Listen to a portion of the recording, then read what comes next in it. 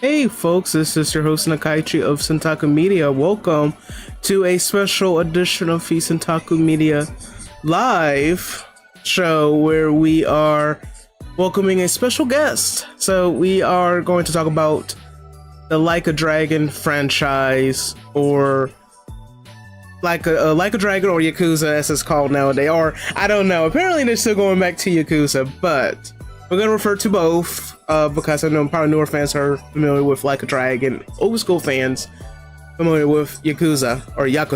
So I know there's definitely an audience for both pronunciations and, iterations of it. Or Ryugaku Toku, which is a game made by Ryugaku Toku Studio, which is a studio that was merged. It's basically a merger collaboration of a couple of legendary development teams within Sega throughout the 90s, especially those that were involved with the production of Shenmue, in which Nagoshi-san, he was the creator of the Gang of Dragon game, but that looks like it's not the case. But I know we could talk about that later in the show. But yes, we are going to go into the stream here in a moment as we switch over to InugamiTheHound. InugamiTheHound, for those that watched our stream last February 2025 to be exact, we had a stream just like this where we talked about the game so far because it was the biggest part of our lives. And now having personally caught up with all the games except for Ishin. I still haven't played Ishin yet, but we'll get to that. Played through the pirate game. Inugami is currently playing through the pirate game, but that doesn't stop us for expressing our appreciation so far of what to look forward to. So anyway, without further ado, I'm going to go ahead and switch over to Inugami. All right, Inugami, welcome to the stream. How are you this evening?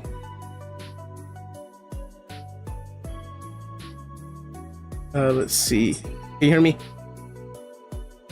I'm doing absolutely lovely. It's great to be back here. Hey, welcome back. Yes, I can hear you. Yeah. All right. So, Inugami has how long have you streamed for, especially with the Yakuza games? I guess that would be a good way to start off as far as an introduction going into one of our main topics for this evening. As for playing/streaming the Yakuza games, I've been playing/streaming them since I started my channel back in 2019. Maybe not immediately, but I do know when I got all my stuff in 2019, I remember playing a few other games like Call of Duty and Metro, like Last Light or Metro 2023. I can't remember which one. And then I started playing the Yakuza games. I started with Yakuza 0, and from there, I played through a lot of them. Okay. So we, as far as the channel goes or the community, I've been... Well, Centakumedia as a whole. So it started as a blog. In 2007. Yeah, 2007. That's when I started it. So yeah, it was a blog. It was called Centakume at the time, and I had the idea from starting at least a few different blogs of my progress playing some MMORPGs. I used to play Final Fantasy 11 back in the day, and then World of Warcraft eventually.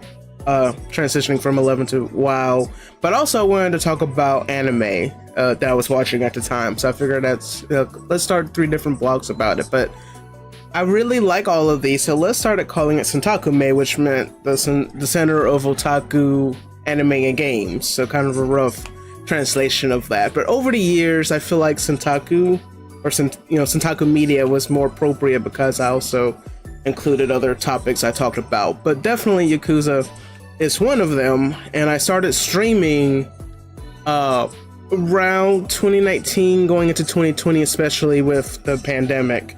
Yakuza wasn't really on my radar at the time. Like, I had interest in it definitely, but I still I had unfinished business with Shenmue, which is a good introduction for those that haven't played any of the Yakuza games that are watching the stream right now.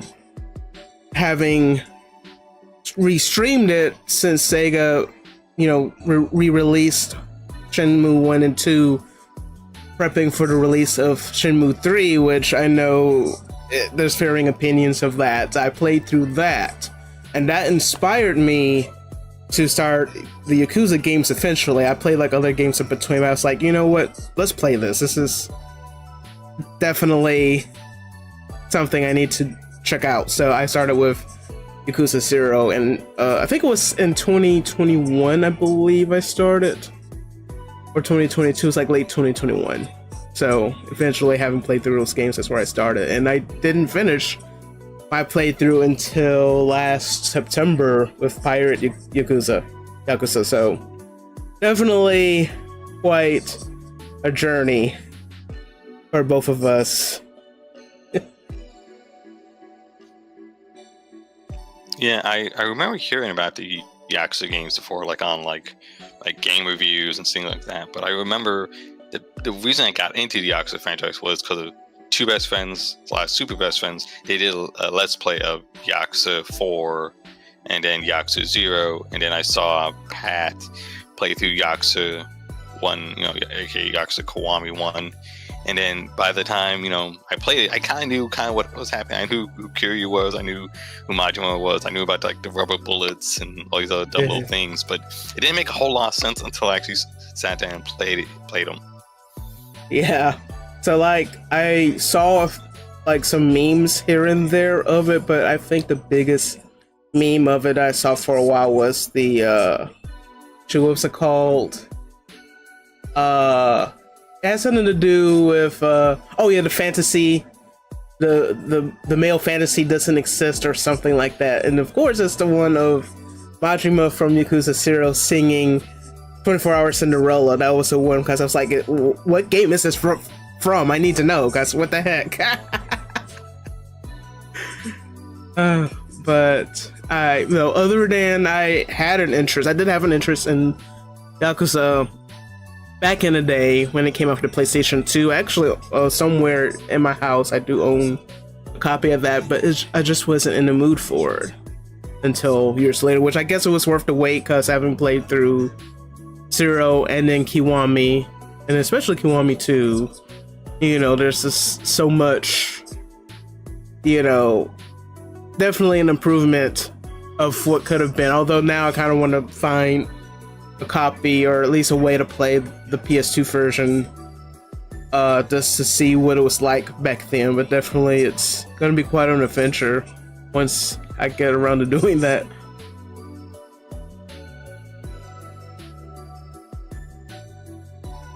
So you recently finished Infinite Wealth, is that correct?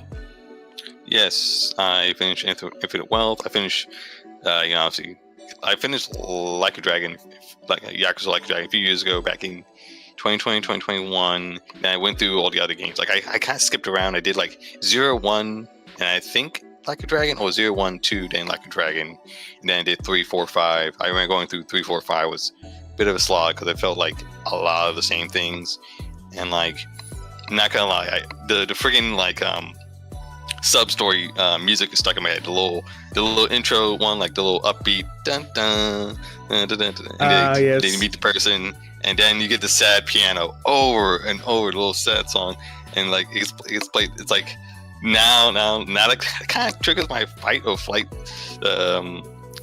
on this quest now, because like, oh, I just try to do one right now, and like the pirate one, I'm like, oh, I talked to him once, talked to him 2 times, talked to him 3 times. Like now it's like you had to do every side quest 3 times, and I'm dreading that, because I did like 30 at like 51, 52 in Like a Dragon, not Like a Dragon, Infinite Wealth.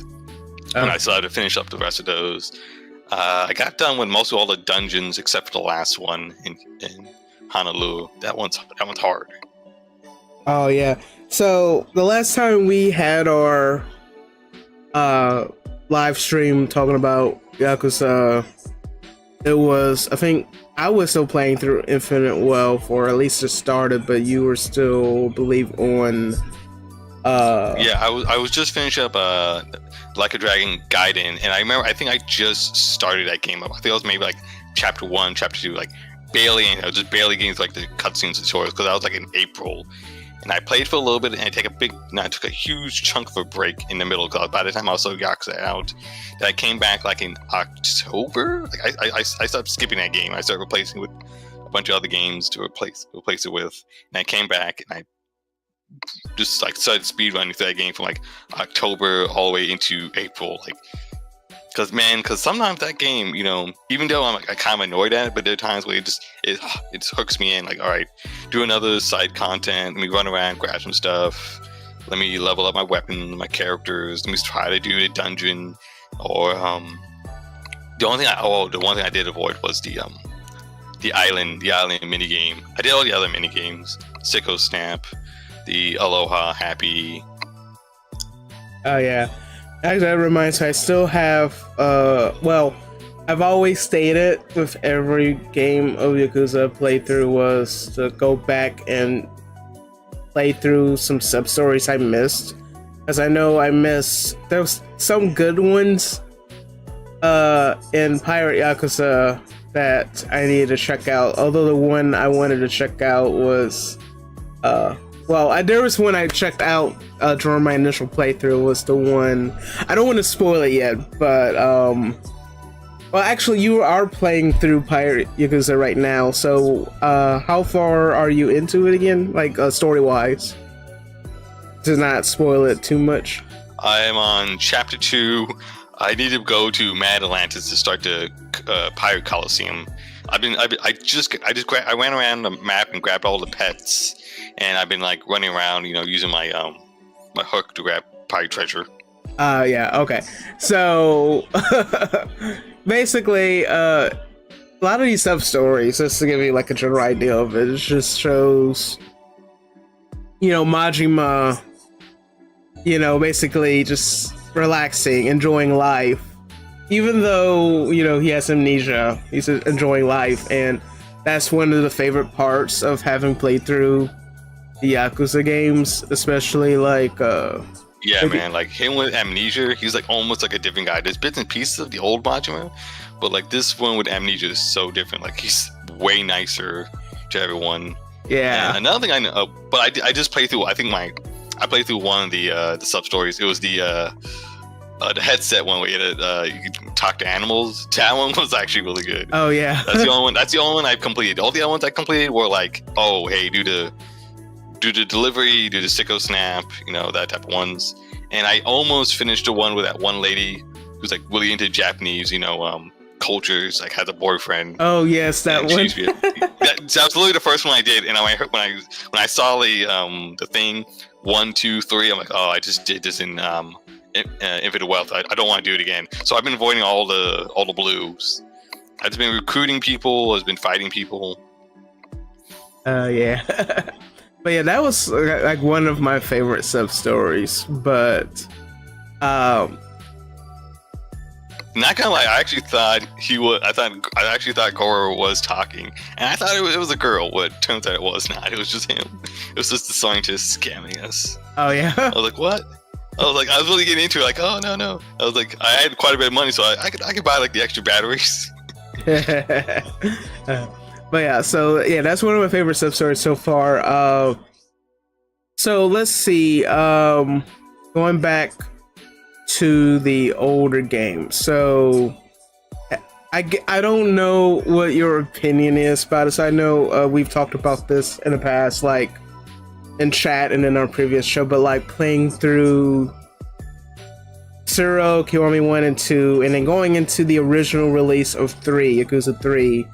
We have Kiwami 3 now, and I know that game, the reception of it hasn't been that great, but what is your opinion of it? Do you plan on playing that? Or at least, like, aside from Dark Ties, like, do you plan on playing that after you finish Pirate Yakuza?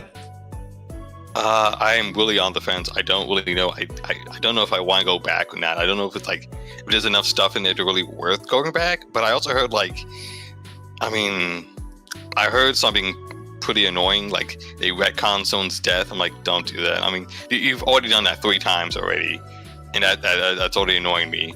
Maybe even 4 times if you want to think about it by the time Infinite Wealth is done. Feels like, and that kind of like sucks any joy out of it. I'm like, if that's true, then I kind of don't want to mess with it. I like the original 3. It was fine the way it was. Yeah. So that's kind of where I am now because, so I made a decision. I posted this on Centakumedia.com, my blog, that I decided not to stream through Yakuza 3 for 2 reasons. So one is because Kiwami 3 specifically because I know people were definitely on the fence because of some controversies regarding the casting of Hamasaki. Yeah, I kept on hearing that over and over again. I never looked into it. I know bits and pieces, but I'm like, I didn't care about it too much, so I never really cared. I never like really looked into it. I heard he did some bad stuff, and like people wanted him replaced. I'm like, okay, man. I mean, oh god, speaking of like bad decisions, man, I feel like there's been quite a few bad decisions, like when he cast Young Yi as the voice of Kiryu. Oh, Young Yi, and you yeah. have like the gatekeeping of like the DLC, like New Game Plus. Then you have this guy in Yakuza 3. Let's see, and then obviously that one guy leaves. He tries to start his own like gangster game, and then that fell apart.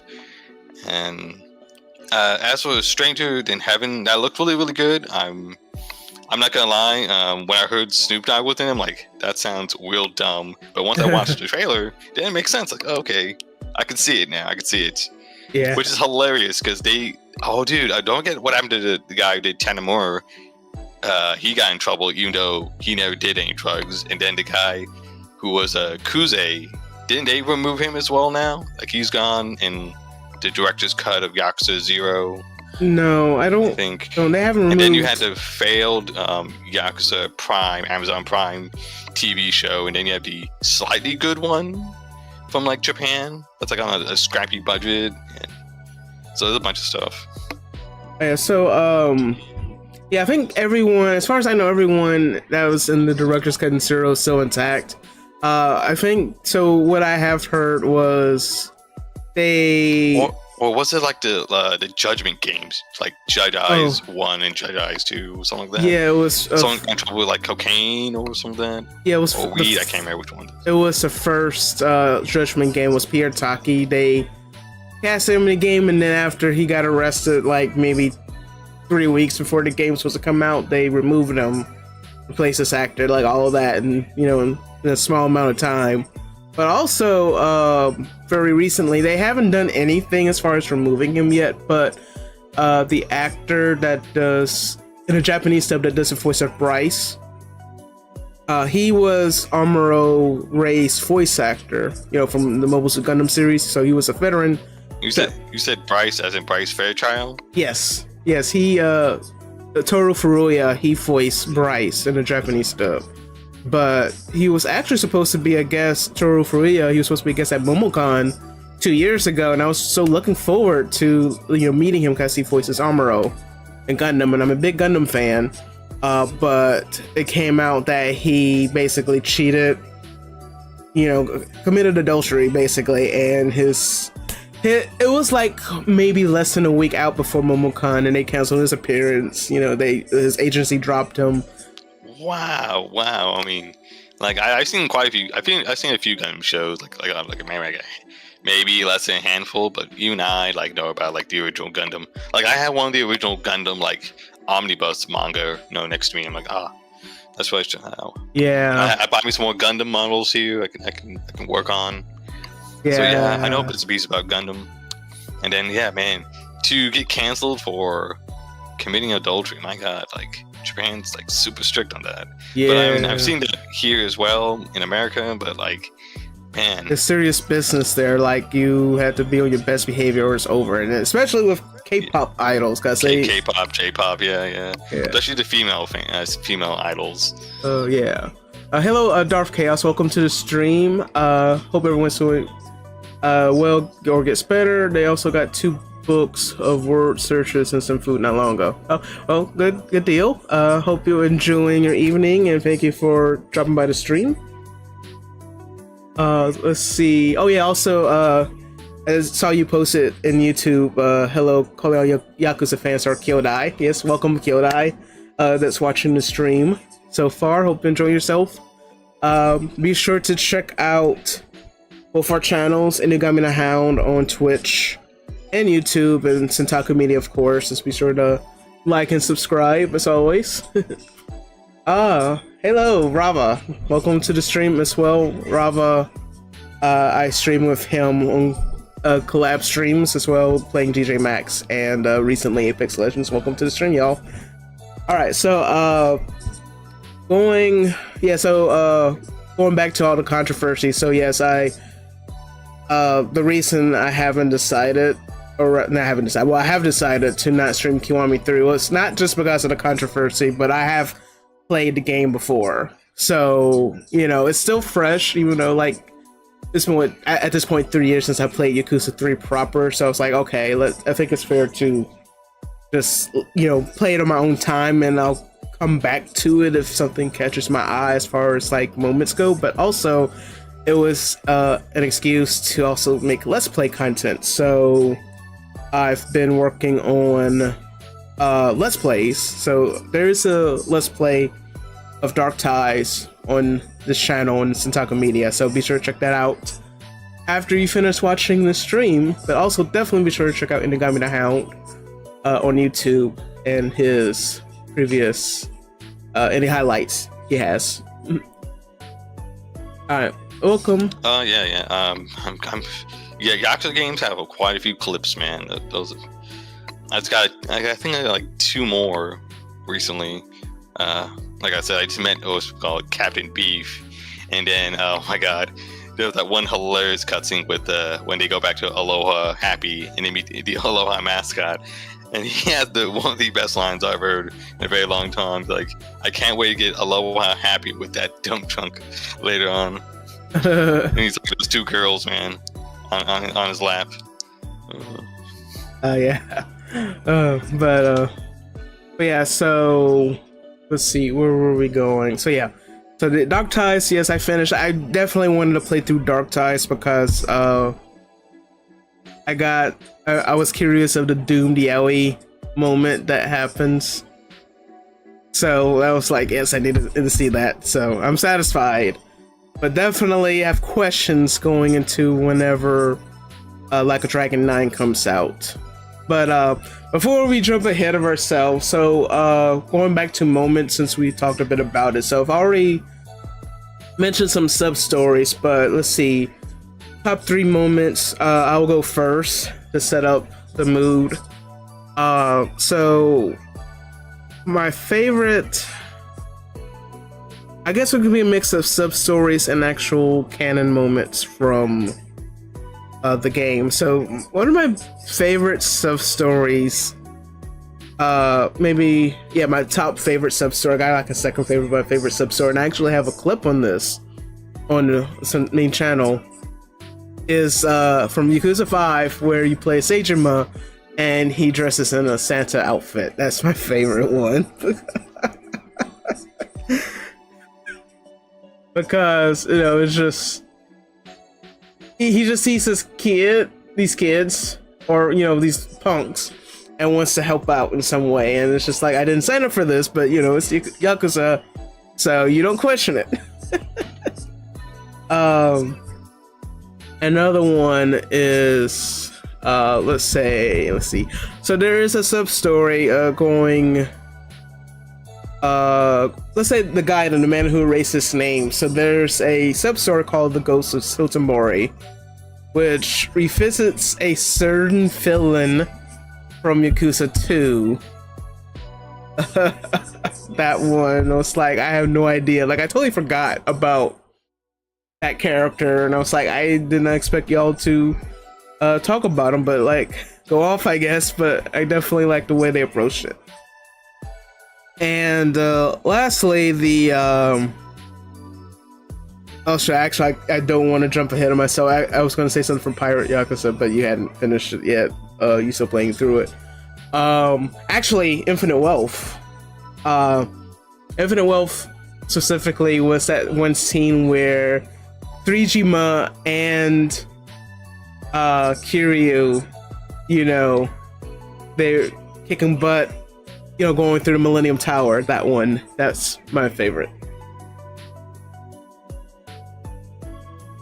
Yeah, there's a lot of moments in the Yakuza franchise, whether it be like the main quest lines or just it could be sub stories. It could be just you playing the game and just having a real fun time. And like I'm just trying to think about like some of the moments I had fun with it. Like this, I could probably like rack off a lot of them, but like let's see, top 3. I still think one of the best moments from go all the way back to Yakuza 0. This one's like kind of early on in the game is when like I think it was like Kiryu's in the sewer, and then was it Kuze rams into him with the metal pipe. That was really badass.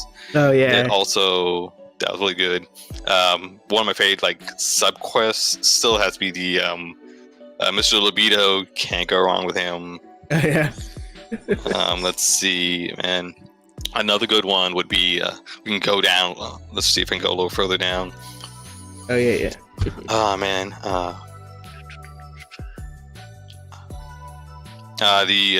Another good moment would be from Yakuza 5 when Kiryu, just collapses in the snow. That was a good moment. Oh yeah. And another good moment will definitely be I think from like Yakuza Like a Dragon, when Ichiban,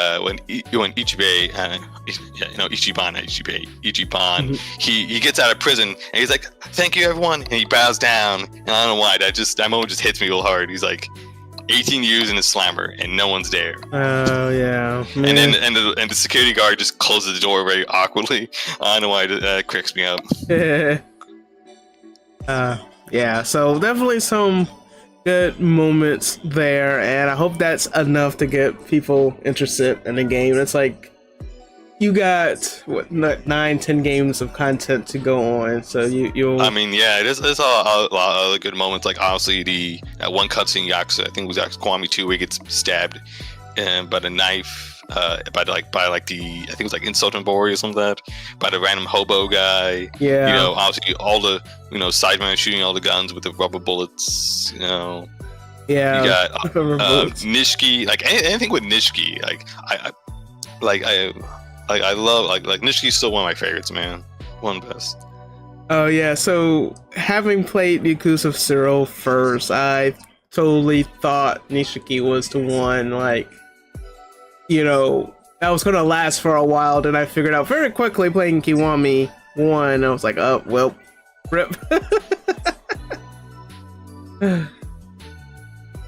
But I wonder, like, with everything going on, I'm just curious as to, like, I don't know. I'm just probably gonna leave it at that. Man, I really want do you still want to like talk about like the older games, or you want to go with more recent, more newer games like Yakuza, Like a Dragon, Gaiden, Infinite Wealth? We can talk a little bit about the pirate one. And there's Ishin, if you want to throw that in there. I have not got a chance to touch that one yet. Oh, me neither. They referenced that one a lot in Infinite Wealth with Kiryu. Oh man. Yeah, we can go back to the older games. So yeah, I haven't played Ishin myself. That one I think I might lean towards making a Let's Play of. And I also haven't played Lost Judgment or Lost Judgment yet. So that's gonna be. Oh yeah, same here. My brother's played through that one. I told him, maybe by the same guy, like maybe Yakuza. He's like, I'll try him out. Even I think even he got like kind of fatigued. He's like, yeah, I started skipping like a lot of the crap.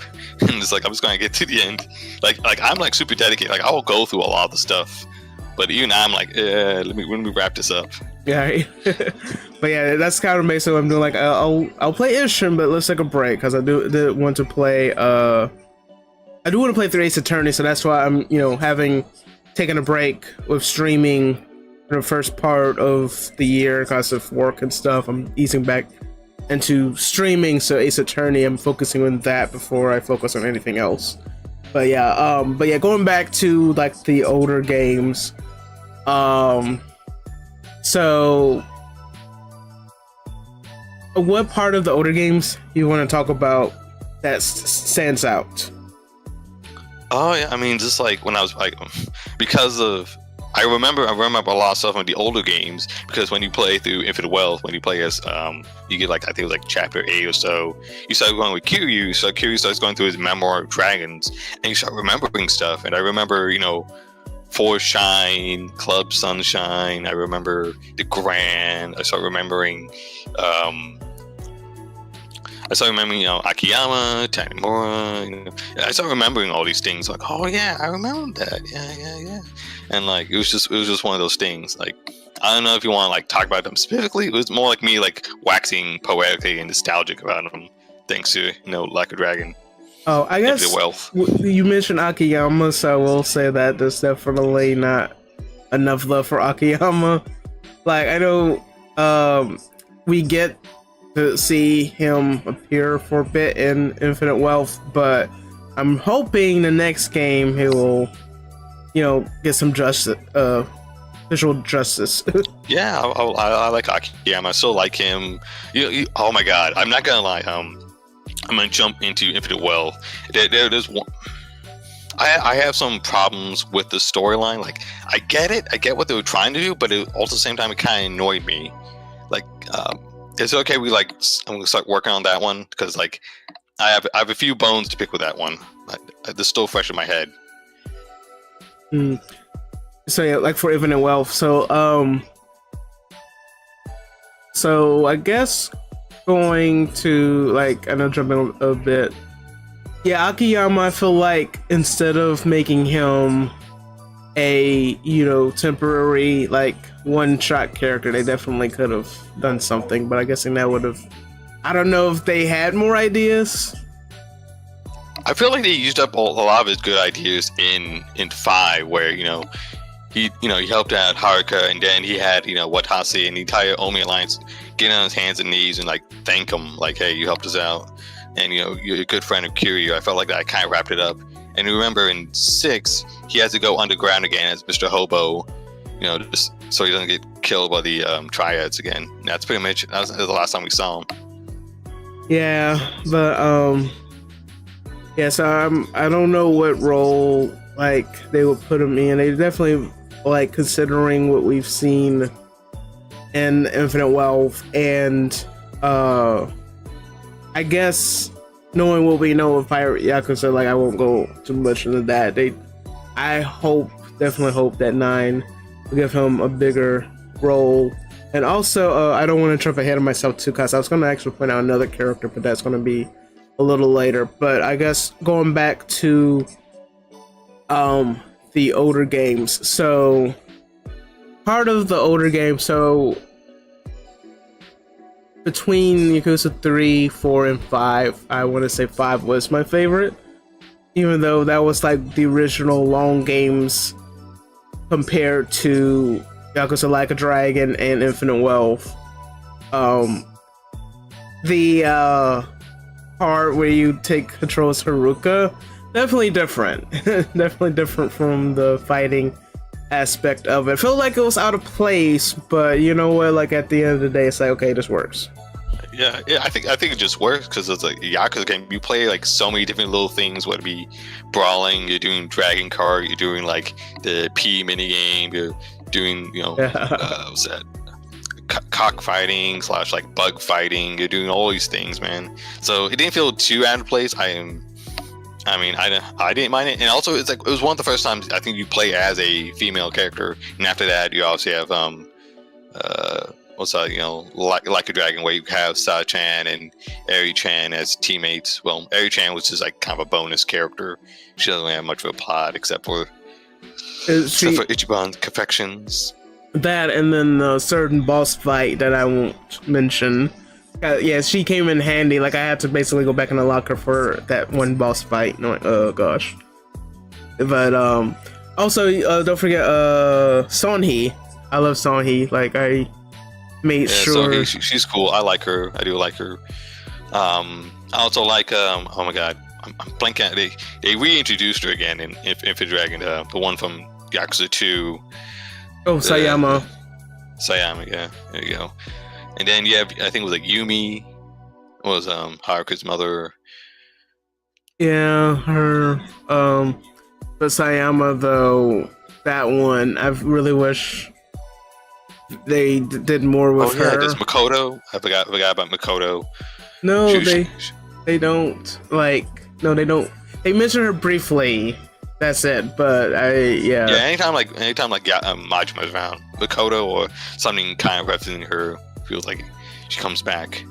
But you know what happened? No one ever talks about Majima's actual wife from Yakuza 5, the one who got killed off screen, the manager. Everyone forgets about her. Yeah, and then there's also the that one instance that involved his wife. The reason they split was definitely a shocker. Welcome for the follow, Melly on Kick. Thank you for tuning in.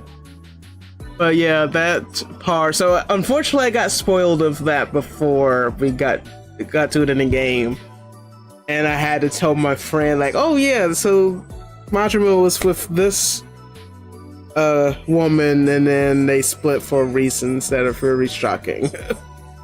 I'm trying to remember what happened. Like, I know she wanted to be a singer, and I wanted to sing at the Tokyo Dome, just like Haruka. I can't remember exactly why they split. It's been a while. Oh well, she was pregnant with Majima's child, but to continue her idol career, she had to make some adjustments. Oh, she's I'm just gonna leave it there. Yeah, pretty much. Yeah. Okay. Now, yeah, you're right. Now I remember that. So, I think she wrote a letter, kind of talking to her her future self, but also what could be her kid. And she also saw Haruka almost like a surrogate daughter. It's all coming back to me now. Yeah. Yeah, it's like she saw herself in Haruka, but also there was some other conflicts, I guess from Haruka specifically, because of she basically left the orphanage, left Okinawa, left Kiryu to pursue the idol career, and then Kiryu just felt like he was being a burden.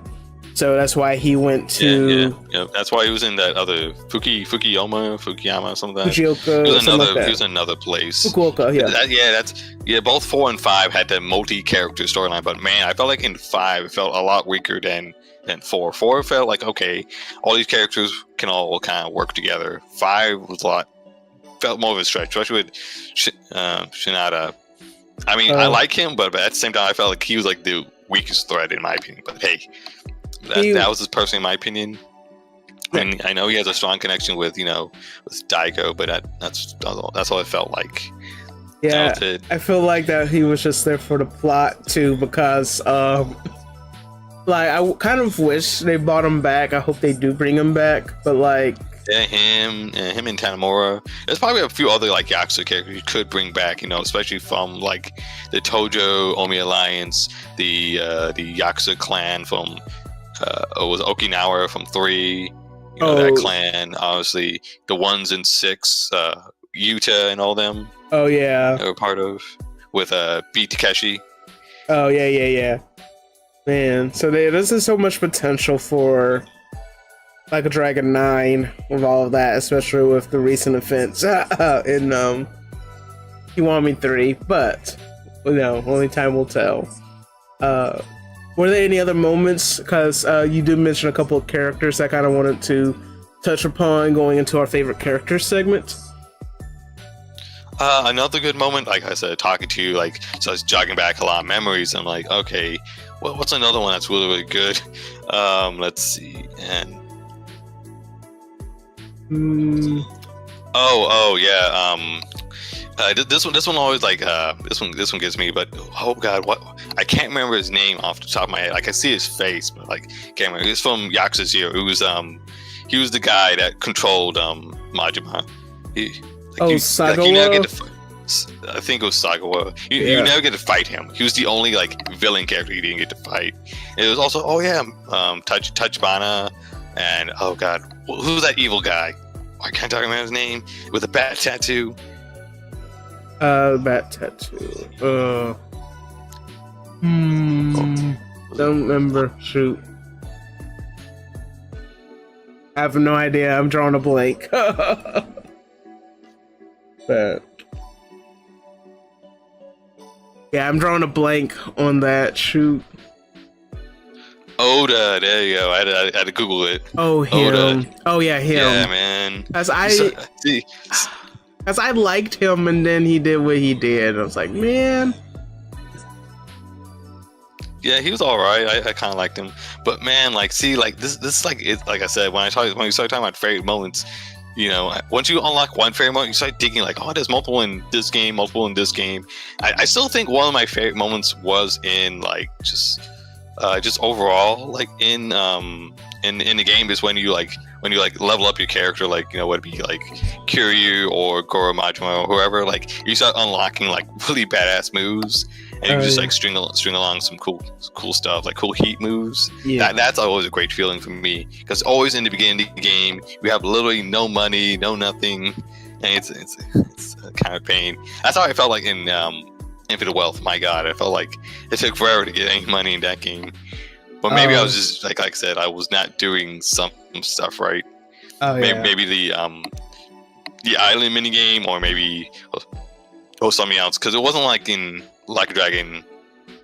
Yakuza Like a Dragon with the Ichiban confection, where you can make a whole buttload of money and then go back and buy some stuff and unlock it. Oh yeah. Yeah, but I'm trying to remember what else come to mind. Sure, that's all I can think of, like, for the games. But yeah, I guess for characters, that was definitely something I wanted to touch upon. So when you mentioned Shinada and you mentioned Daigo, so Daigo specifically. So okay, I'll start from the beginning. So I came into this game,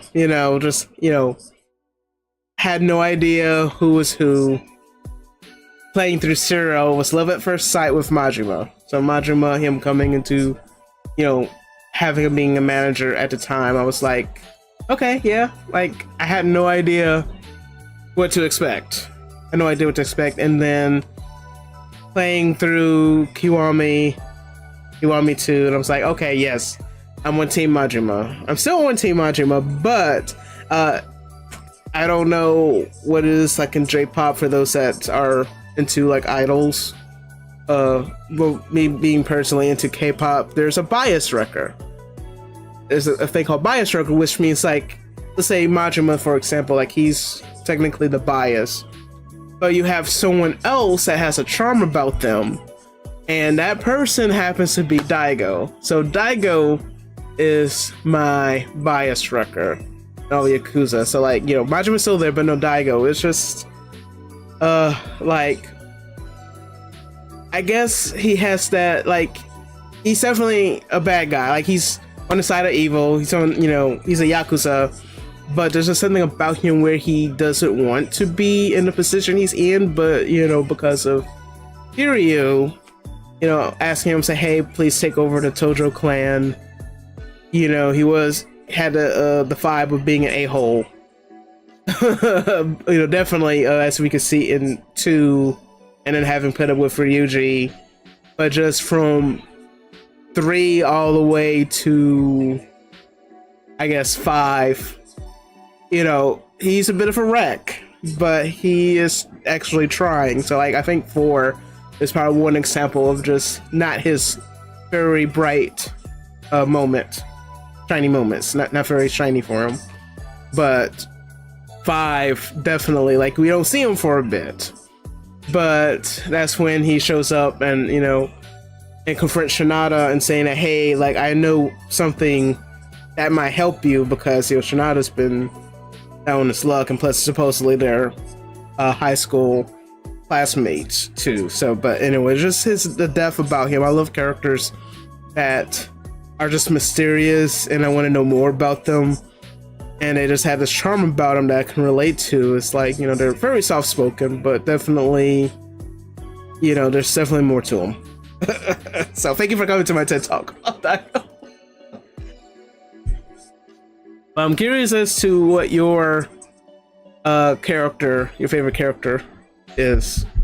My favorite character, it's still Kiryu, even though he frustrates me sometimes, especially in the most recent game. You know, I was a bit frustrated, but I still like him a lot. You know, after that, you know, got like, you know, Akiyama, Ichiban, Ichibei. I don't want to call him Ichiban. I must have getting confused with like a baseball player or something. Then, you know, Ichiban. You know what?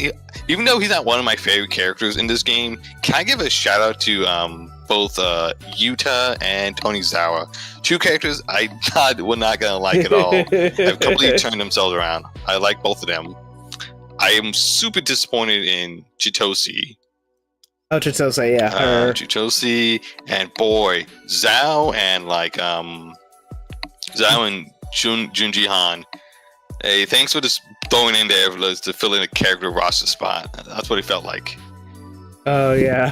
So believe it or not, I actually playing Zero for the first time. I actually didn't like Kiryu. I guess maybe because I think it was very obvious that he was so young at the time and didn't know what he was doing. But it was very obvious going to Kiwami, especially Kiwami, or at least the first Yakuza game. He did what he did. He spent 10 years in a joint. Came off as an elfin pussy. Yeah, 10 years in a joint made you a pussy. I love that. And also, every time he goes to, I still remember the opening. Like, he goes to Stardust, he meets Yuta and the other guy, and oh my god, they have a little conversation. Yeah. Oh god, the English dub, my god, back then. Yeah, that all over the place. Yeah. Then don't get Mark Hamill. I think obviously as Majima.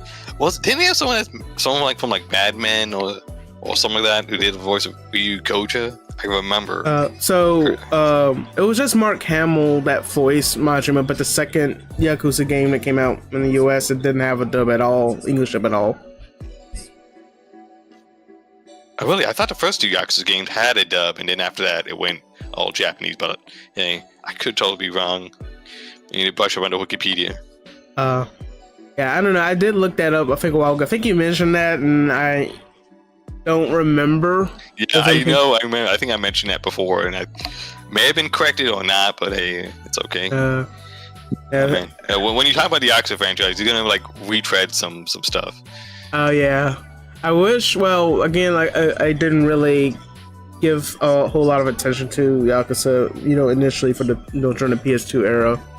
But yeah, I kind of hope that I know that Yakuza 0 had an English dub, but I'm hoping Kiwami 2 gets an English dub at some point, because I know they remastered it or refreshed it last year for the Switch 2 specifically as well. So I don't know. You think it will have an English dub by now if they're trying to like make it where it's more accessible? But I don't know. But going back to the characters, Kiryu. So I didn't really care for him initially, but yeah, playing through Kiwami 1 and 2 specifically, yes, it changed my opinion. I think one of my favorite moments, like early on in Yakuza 0 with Kiryu, was when he was like going after Kuze into little like I think it was a Tojo headquarter, and he just drops kick that guy out of the window in the bathroom and almost like falls out, and he has to grab the window. That scene like lives rent free in my head, because that was like the most used like Yakuza like shock, when they made like YouTube shorts or like YouTube compilations. That one got used a lot, and everyone's like, "What the hell is this guy doing?" Because they don't know anything about Yakuza. You see this clip of this guy just drop kicking, some random thug right out the window. Yeah. Oh man. But yeah, so Kiryu, yes, we keep Kiryu. So, Kiryu, especially playing through Infinite Wealth, is like I don't know what I'd do with myself if anything were to happen to him. But I am really hoping that he pulls through. Going into Yakuza 9. whatever happens there. And I know they keep pushing Ichiban to be the main character, but I know there's this discussion of of like, oh well, oh my god, speaking of Kiryu, I just remembered it. Oh my god, I'm kicking myself. It's from Like a Dragon, the man who erased his name, Gaiden. I remember that final cutscene with Kiryu and the iPad. I'm like, oh god. Yeah, that scene that stabbed me in the heart. But yeah, so I really, I don't know, like there's definitely a lot of mystery of what the next game could entail, but like I know Ichiban, people are upset that they don't give him enough, like he has 2 games, but it still seems like he's like, oh, we still got Kiryu, let's do something with him, but there's also Ichiban, so it's like, yeah, I like Ichiban. I like him in both games, but in this second game, he felt like the secondary, like most distant secondary protagonist. Like his plot did not really matter that much. It was mostly Kiryu that mattered the most, which kind of sucked because I mean I like Kiryu, but at the same time I like Ichiban, and I want to see more. I have a lot of stuff I want to talk about that game, and that's one of my bones, you know, with this game. Because I love Yakuza Like a Dragon. I love Ichiban. I know they introduced a few other characters from the older Yakuza games, but they were like cameo. Oh, I'm here to pass the torch down to you, and you know I thought that was cool. Oh yeah. So it's just, I'm just, you know, it's like I said, a lot of mystery surrounding the game, but of course we would, you know, have another discussion for when that happens or when that gets announced. But do you have any other like favorite characters, like maybe a top 3, kind of like I already went down Daigo, Majima, and Kiryu? Like, do you have any more? I guess Ichiban. I guess you already talked about like Ichiban though. Yeah, like I think my top 3 would have to be obviously Kiryu would be number 1. Then number 2, I gotta give you know, he's like a villain. He's only in 1 game, but like I would love Kuze and Shibusawa from Yakuza 0. And then the next one after that, I know he's only in 1 game. I just liked him a lot just because I thought he was kind of cool, interesting character. I really like Tanamura. I feel like no one remembers him, so I want to give him like the underdog some love. So that's why I'll put him on number 3.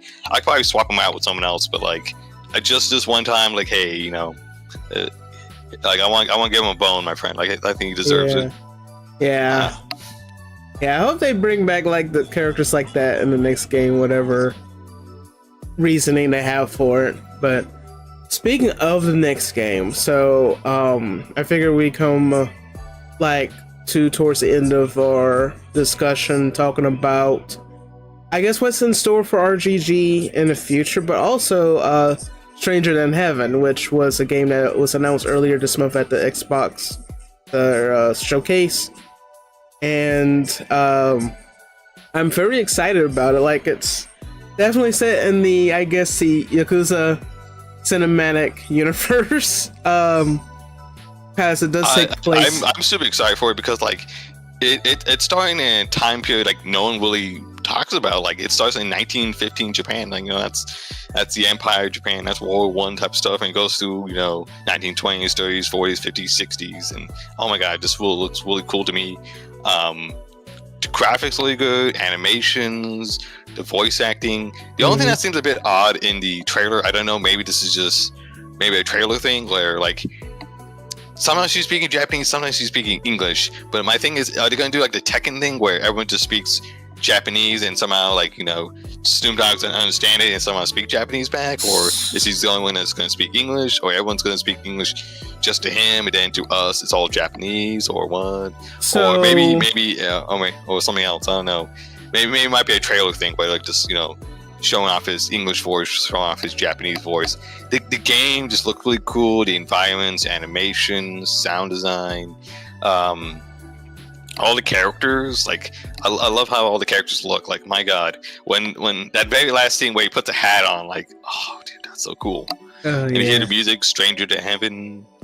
And like, I'm not gonna lie, like Snoop Dogg seems really, really cool. All the other characters, yeah, whether it be Japanese or any of the female cast. I think there was another black dude in there, I think, near the end. Another random black guy. I'm like, all right, let's check this out. Yeah, so yes, really excited as well. And definitely I'm guessing this game will set up for whatever the next big RGG game will be after Stranger in Heaven is, out there officially. So, answering your question about the dubbing, the dubbing part of it. So, they have confirmed that they are going to basically all the people that they've announced. That's what you're going to hear. So yeah, you'll hear Snoop Dogg and not some extra actor dubbing over Snoop Dogg like they did with Danny Trejo and Infinite Wealth.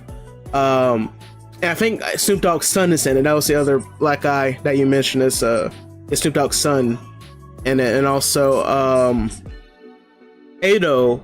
So she's a really famous Japanese singer right now. She's kind of like, I don't know what the best way. I guess she's like. I've been hearing a lot of people talk about her. Like, I was listening to the Xbox podcast, Xbox Unlock, and they talked about this thing, and they kept on like talking about Ado, her being this amazing Japanese singer, being a huge fan of her work, and like how she's just blowing up right now in Japanese music. I'm like, man, that's weird. I thought I would have heard about her, but maybe I should look her up, see if she's in anything. Maybe I missed her. She could be in some type of anime, and I may have missed her. That's how I usually find out about a lot of J-pop / J-rock, is usually through anime. So I don't know if she has like any acting credit other than what she's going to be in, like with Stranger in Heaven. So apparently she performed one of the songs either in Judgment or Lost Judgments, one of those games. So she already, had some exposure there. And also, actually Rava, who hopped in here for a bit on YouTube, he saw her in concert a few months ago because she had a concert in Atlanta. Also, a Kimchi no Video. Also, a couple of my friends, they went to her concert here and it was pretty good. And she doesn't show her face. So I guess that's why she's, basically still in that whole like mysterious singer gimmick. I wouldn't say gimmick, but like, I guess to put it politely, is that, it's just her persona. It's her persona, basically. And she does have like a VTuber like a representation of herself. So people are questioning, hey, is this character that we see that Ado voices, is that actually her? But who knows. So I like that there's that little segment of her fan base interested in the game because, well, I know they said that, okay, she's a cool singer, but that's not gonna push me just because she's in it, that kind of thing. So it's cool to see different niches within a niche, attracted to this game. But as far as like the game goes, yeah, so like the dubbing, yes, they're gonna use the actors they have. So like I think Dean Fujioka, the guy that plays the main character Makoto, and then Tori Kelly, and then I forget who else. Yeah, you'll hear their voices in the game. But yeah, I'm very excited. Cool. That's cool. Like I'm not gonna lie. Like the thing that keeps on getting me was like when he was like walking through all the environments. I see like you see the different streets, you see different clothing, you see like the train car and street cars, and you see sakura blossoms. And he's walking up all these different little walking up and down the streets and stairs, and it just looks really cool, really interesting. One thing I saw this via Moist Critical Charlie. He reacted, and someone in his chat said like, you use the different face buttons will control a different limb, like in Tekken. Oh my god, that sounds interesting. Oh yeah. Yeah, that is very interesting indeed. But yeah, I'm very excited, but also like I know there's some speculation. I know Masayoshi Yokoyama, he initially said, I was trying to find like an actual reference to like the announcement before the announcement. Someone asked him, say, hey, this won't be related to Yakuza, but it is anyway, even though there's not going to be any mention of existing characters. Who knows? But apparently he's known to like lie a little bit because it's like it's going to ruin. Well, I guess as far as like a producer goes, it's going to ruin that makes sense. Because I remember that controversy. I guess it's not really a controversy, but it's like actually that kind of moment, right? Kiryu when that little clip came out of Kiryu talking to Ichiban. Basically, Ichiban questioned Kiryu. He said, "Wait, you've been with a woman before? Like, actually been in a relationship?" And Kiryu's like, "What's that supposed to mean? I've been around a few times." And basically, that's for the longest time, everyone thought that Kiryu was not a virgin, but Yokoyama would say, "Oh yeah, he is still a virgin," but clearly that he's had some experience. I mean, I know he's been around a few female characters. Maybe touched them or hugged them. Maybe went on a date. I don't know about doing to do on the sheets. I don't know about that. And also, I think I saw it on Twitter. Like randomly, they spoiled that one scene with Kiryu in the hotel talking about how he has cancer. I'm like, what? Yeah. But yeah, it's just that Yokoyama, like, you asked him a question, he was like, no, but then it's like, actually, but yeah, it's just any questions that he's like dodged now, we're basically gonna keep a close eye and see if any of this has happened. Oh yeah, and also worth noting too, the event that RGG, like actual in-person events that RGG has had, there's a few characters. Oh yeah, so I actually remember the exact clip. If you've seen a clip too, don't know if you've seen it, but one of these events that they've had is basically a memorial event for all the characters that died. So a couple of the characters, there was two streamers. I think one may have been a voice actor, but one I think maybe a VTuber. I want to say it was like K-Son maybe, but I feel like it was one other girl. But basically, they were there with Yokoyama, and Yokoyama says, "You don't pay attention to the source material." So he's basically, I mean, we kind of found that out about one of the characters, but there's definitely a hint that someone may come back, which, it's going to be kind of annoying, but, like, I don't know. They didn't bring anyone back from, like, I know they've already brought, like, at least 3 or 4 characters back, and then I heard some rumors that Dark Tide's, like, another filling character might be coming back, because they already did that once from that same game, but they haven't brought anyone back from Zero, right? I remember one of the rumors was from Zero. So there was a scene, that's why they call it a director's, because supposedly the scene got cut, but they should have just not have considered that cut material, because considering the circumstances of that death, it's just impossible. But also the character kind of not important, but maybe will be important later. Don't know, but I don't want to get like too much into it, obviously. But yeah, so they bought that one character back that you're talking about, and I'm like, wait, what? Why? Some people were definitely upset about that part. But yeah, so anyway, Stranger in Heaven, definitely looking forward to it, and whenever that comes out, I'll be. Yeah, I think Stranger in Heaven is. I think that Zero, Yakuza, Like a Dragon, Yakuza. I think those like the 4 games that I've heard, like outside of like hardcore Yakuza fans, actually like casual people talking about, I want to play those games. I want to get into the franchise, and this is a good way to get in. And like the 2 Yakuza, Like a Dragon games, both RPG kind of games. Zero, obviously a big old prequel, and now Stranger in Heaven, the biggest prequel album, creating the Tojo clan, right? Yeah. So like those are the 4 ways you can get into it. Right. Yeah. So maybe Ishin, but I don't know. I haven't played it personally myself. And then there's obviously the 2 Judgment games. Plays like a Yakuza game, but has nothing to do with a Yakuza game. It's like they copy and pasted like everything from a Yakuza game. It's like almost like Taco Bell. They said they made a different burrito. It's another beef burrito. This time with like what's that? Cheesy Fritos in it instead of a Dorito shell. Ryu's Kakotoku. That's what they call it. Ryu's Kakotoku instead of like reuse, reheat. Grab that sausage tubing, feed it through the grinder, and make a wiener / sausage. Yeah. But yeah, so Stranger in Heaven, looking forward to it. I'm kind of curious as to if they'll allude to something going into Like a Dragon 9. So like we've already talked about some characters that might come back.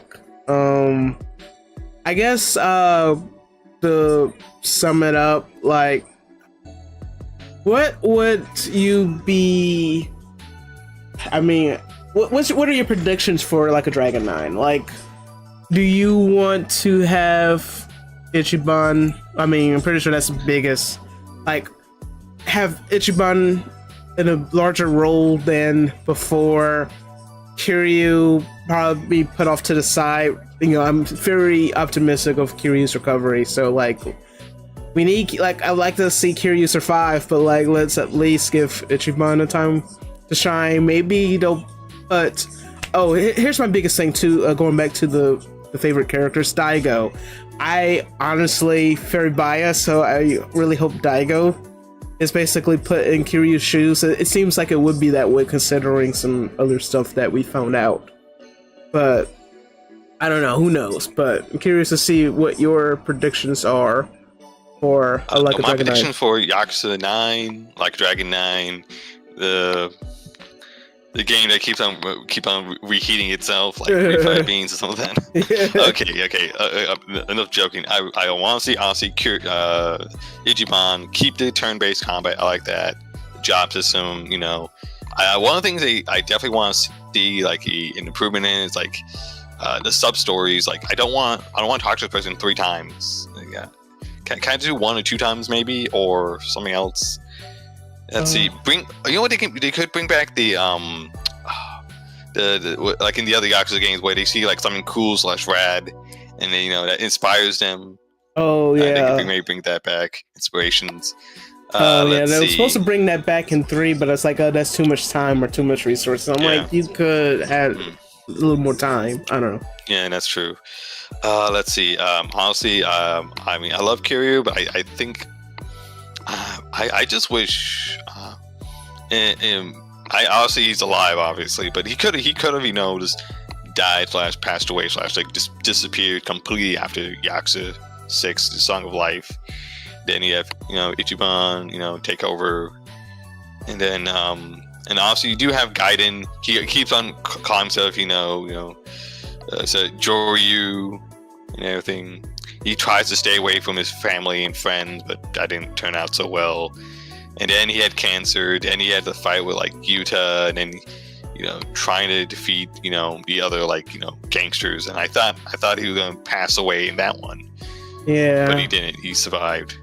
I mean, he got his name back, but at the same time, like I think now, I don't mind seeing Kiryu, go away. You can bring Akiyama, Daigo. I think Saijima and Majima are still good, like side characters. Obviously, the cast from Like a Dragon and Infinite Wealth, you can bring them back. You can obviously really work on them. I think the ones you need to work on a lot is San-chan. I like San-chan, but I just felt like everything about her was like, oh, you love Ichiban? Are you gonna marry Ichiban? Now's it. I like Soki. And I know she had that little thing for Kiryu. I know a lot of people made her into like almost like a love sick puppy, love interest on Kiryu. Yeah, and that's it. But I mean, she was more like idolizing him. Like, oh, I want to be as badass gangster as him. So it's not the same. Chitose, I don't really like. I mean, I don't really like all that much. She was okay. I didn't like how they forgave her so easily after like ruining how many people's lives with that live stream. Like a lot. Like Kiryu, Ichiban. It wasn't her fault really. Like she kind of started that way, but she was basically approached by that one dude. Eiji. Yeah. That guy, the guy in the wheelchair. Yeah, him. That asshole. Like I understand that. I understand she was kind of blackmailed and everything, but still. Yeah. Okay, so can we? I think we can finally talk about Like a Dragon, Infinite Wealth. We've been talking about bits and pieces here and there, but I think when the next Yakuza game, I think I think it's going to be mostly the same stuff, the same formula. Could be good, could be bad. It's kind of playing like a Dynasty Warriors game. I'm playing through Dynasty Warriors right now, so. Oh yeah. Yeah, so. But yeah, Infinite Wealth, definitely enjoy a lot of the callbacks from the previous games, and then definitely an improvement with the battle system as far as like the turn-based goes. Yeah, the turn-based combat was much better. One thing that's weird, it takes a long time to make any money in that game, especially in Hawaii. And it took a long time to get classes too. I had the same classes the entire time. I think Ichibei. I never changed Ichibei's class, Ichiban's class at all. I just kept with the bat the entire time. And then Tony Zara got rid of the carry, gave him the Aquanaut for a while. Then at the end, when I had money, I can actually go on those tours and gain the host class, and that made him really great. Namba, I gave the Desperado. Adachi, I had the chef class just because his default class just sucks to me. Oh yeah, his cop class. Maybe you can make it really good, but I don't care. And then I made him a samurai, and that made him so much better. Chitose, I just kept with the same class the entire time. I didn't really mess with anything. San-chan was the idol girl. Yeah, and Namba was the Namba was Desperado. Yeah, Junji, I just kept assassin. Sohi, I also kept her gangster class. Same with Zhao as well. I didn't really use Zhao or Junji all that much. I mostly stuck with the default people. I just felt it a lot better. You can if you gave them one of those classes, you can give them good offense, defense, and then a decent heal spell. Yeah, so there were a couple characters that, well, I know, so going into it, seeing the demo of it, Kiryu basically taking, these roles, these classes or whatever, just seeing him out of character was just kind of I don't know, it tickled me, like him being a host, being from the host club, he just goes like "Happy birthday!" It was just that would make my day. Yeah, but I kept him in the dragon class the entire time because I think so powerful. For a long time, I mostly just stuck with the brawler class. Every once in a while, I'll switch to the beat style to break someone's guard. Maybe Rush. Rush felt really useless until the end, where you get the multiple XXX attacks, and you can just pile up on a bunch of people. Oh, yeah. I think that class was really useful in the dungeons when you just had kick and kill off a few weak characters at the end, and you can just focus on that one guy, one main boss dude. Oh yeah. I think the combat in the game was really good. The side quests is kind of annoying. I got do the deliveries, do Sicko Snap, do all this. But I didn't mind it too much because okay, I can still go through it. I mean, obviously when you do so much of it, obviously by the time at the end of the game, I was kind of tired of it, grinding through the dungeons, trying to find some money. I didn't touch the island minigame at all. I didn't feel like touching that one. Let's see what else is there. Oh man, but it's mostly from a storyline point of view where I had a lot of problems with Yakuza, Like a Dragon, Infinite Wealth. Mostly to do with Ichiban and Kiryu, and how Ichiban didn't feel like the main character at all. He felt completely superfluous. I felt like most of the characters felt superfluous, except for Kiryu and his connections with the Tojo clan. The island in Hawaii is really, really cool, but when I'm thinking about it, all the stuff that happens in that game, especially at the end, can we start talking about the religious cult and all that? Oh yeah, go ahead. Okay, so we finally so we kept on going over and over and trying to find, Ichiban's mother. We finally found her. She's in that cult. We rescue her, and we try to rescue the girl who's supposed to be the real founder's daughter, not Price.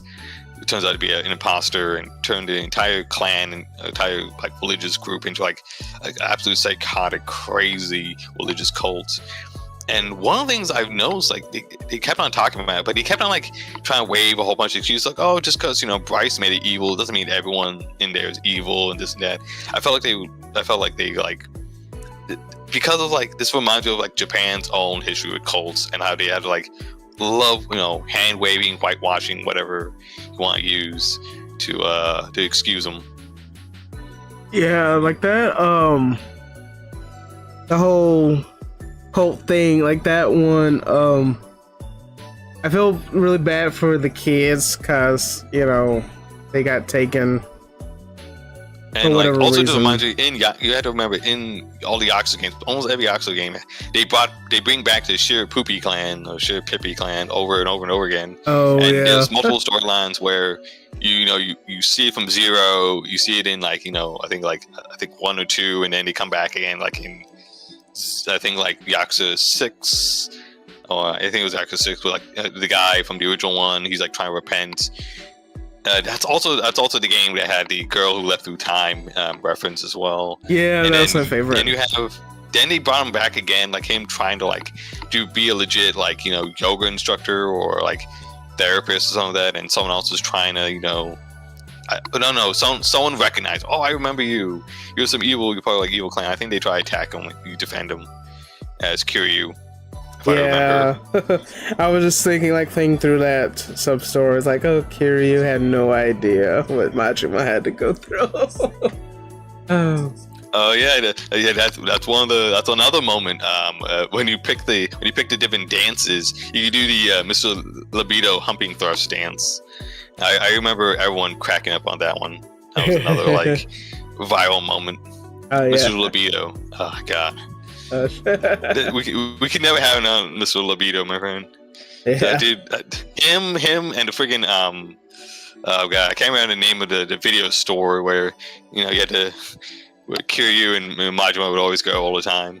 Oh god, I remember the phone sex minigame and the internet cafe sex minigame. Oh my god, I remember that now.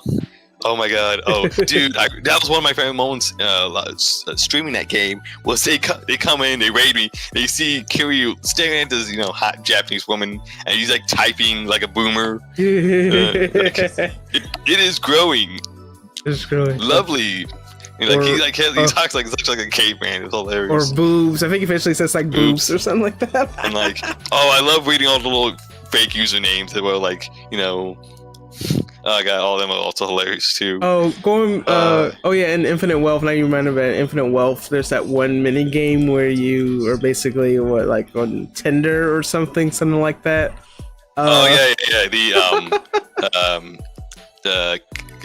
The host, the online host game, yeah. And every girl you meet is the most ugliest girl or a dude pretending to be a girl. I just beat that. I beat that 5 times to get that trophy achievement. Like I got most of all the achievements. I just got like a few mini games, the last of the dungeon, and then max out the stats. I maxed out one of his stats. Oh my god, maxing out like Kiryu Ichiban's stats sucks. Because I already did the entire, vocational quizzes, and I've done like everything else in there. Now all this stuff's like, just go through the checklist. I need one. Oh yeah. Yeah, like Infinite Wealth, like the story. I know you already had your opinion on the story. Yeah, definitely it's a start, but definitely looking forward to improvements for the next game. And also with Stranger Than Heaven coming out, I know this is like the glimpse of what we'll see in future RGG games. So whatever. Yeah, the Stranger Than Heaven looks like really good. Like compared to all the other Yakuza games, like all the Yakuza games were very, very good, but they were very anime. Like this one feels much more like a movie. Like okay, they went to they went to Hollywood and punched up this writing. Yeah. Another thing is speaking of Infinite Wealth, like I felt like everything that did with like Panakana didn't do anything. Like this evil I'm this evil villain who's been controlling the underground for like past 60-70 years. You beat him And obviously you start like you had to get rid of all the nuclear waste, but it didn't change Hawaii's society. Hawaii's society has been very gentrified. Also a lot of rich people coming in buying stuff. You had all the gangs. If you look at all the gangs, 99% of the gangs were like brown people / black people. Like, Yeah. and like I'm like, man, what are they saying about here? You're right. Just cults, like over tourism, relying way too much on tourism. Another thing that's also hilarious is like you have Hawaii, a American state that's very independent, but you allow themselves to be controlled by this evil gang in the underground of Hawaii and Japan to ship off everyone's nuclear waste. Like everyone's just dumping their crap on you, like and like the government of Japan were okay with it. Some folks in the Hawaiian state government were fine with it. The cops were corrupt. Like you do all this stuff.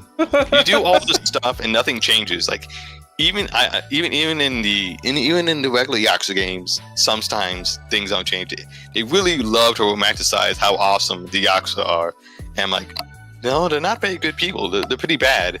I mean, with the exception of Kiryu, I think that's the only good, maybe pure Yakuza. Maybe Ichiban might be like right behind him, and that's it. Like every other Yakuza you meet has done a lot of terrible, horrible things. Daigo, Majima, Saitama, Sarah, Takeda. Yeah, no, those are the old school. Daigo's dad, Dojima, his mom. Oh god, and all the people in the Omi Alliance and this and that. Oh god. Yeah, all the old school Yakuza, and like when you think about, especially Abina in Infinite Wealth, he was definitely self-important, and that's why like he was shaming Kiryu, and Kiryu had that speech. It's like, I'm sorry, for screwing. But I actually really like Ebina. Of all the main, I guess 3 or 4 villains in the Yakuza Like a Dragon Infinite Wealth game, he was the most important one. Like Bryce felt like a nothing burger, Dwight a nothing burger, Edgy, Iri-chan, whatever that guy, the wheelchair, absolute nothing burger. Ebina, him and his storyline and his thing, like I actually really like him. He's like, he has become one of my favorite villains because you sympathize with him. Like he's both him and Ichiban are two sides of the same coin when it comes to Master Arakawa, and what Arakawa did, to two women. You gave birth to 2 different kids, maybe even 3 if you want to count Ryo-Oki, the young master. 3 different kids turned out all 3 differently, and I just wish I had more time with Kiryu and his mother. We never knew his mother until this game. Like I think they may have shown her like in one of the cutscenes, or I think so. Maybe they had on the phone. I think that was Joe's girlfriend. They left him in the lockers and everything. Oh yeah. And it's been like what 2-3 years since Bleach Japan, and that actually had an impact. Like finally a Yakuza game that had an impact. They got rid of the all the Yakuza. They tried to reform them. A lot of them could not. So a lot of them ended back into the Seiryu, or whatever's left of the Seiryu clan. The Ijin 3 mostly gone. It's mostly like the German goal, or a little bit of the Yomung, Lumung triads here and there, and like I really wanted Ichiban, Ebina, and their mom together. I wanted them to talk to each other because they're the only 3 clicks like links left to Master Arakawa and the Arakawa clan. There's Joe, but there's Joe. Yeah, I'm blanking out his name. Oh, and then there's Ichiban's friend, the fat guy who dies. Sure, I forget his name. Yeah, I remember him. Yeah, and I understand what they're trying to do. Like, okay, Kiryu, he's like, oh, I'm the face of the Yakuza. I was the fourth chairman, and I wanted to change the thing, but I didn't. I ran away, and that makes sense. But him to say that to Ebina, like, oh, if I was there, I could have changed things. But he's like, dude, that happened so long time ago when he was a little kid, and their clan dissolved, just like Yuta's clan kind of dissolved. Like the one he worked for that woman he loved who had the amnesia, and like I kind of understand it, but like it would have been better if it was him and Ebenev versus Ichiban, because that would have made so much more thematically more sense to me. Yeah. But yeah, all of those are good. Definitely on points with what I thought too, and it's definitely sad, especially like going into thinking back to Yakuza Like a Dragon. It was definitely sad, and seeing poor Ichiban just break it down like that, and then everything, that whole thing with Kume and Rio, it's like, ugh.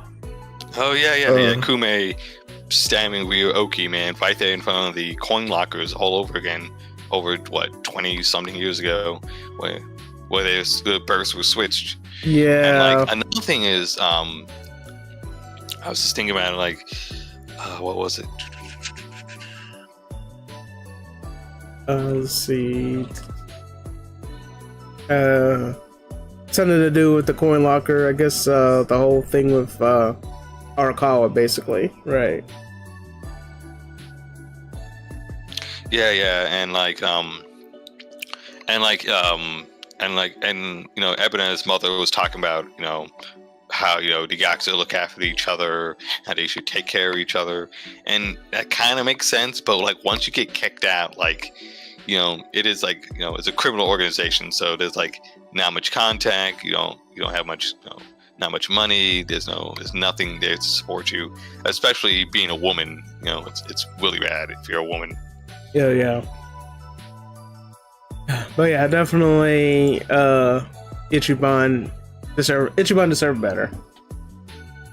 Yeah. Oh my God. At the end, after you get done with the fighting, and they go back to Japan, and Ichiban's once again just talks about Sachan trying to make up for his mistake, his proposal from like what 2 years ago or whatever, and then he messes up, and like, oh my God, that annoyed me, because it felt like we went back to square zero. We went back to square one.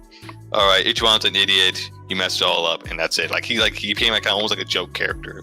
This felt like more like a joke / romance anime, trope, instead of like something serious. Yeah, Ichiban, like, what were you thinking?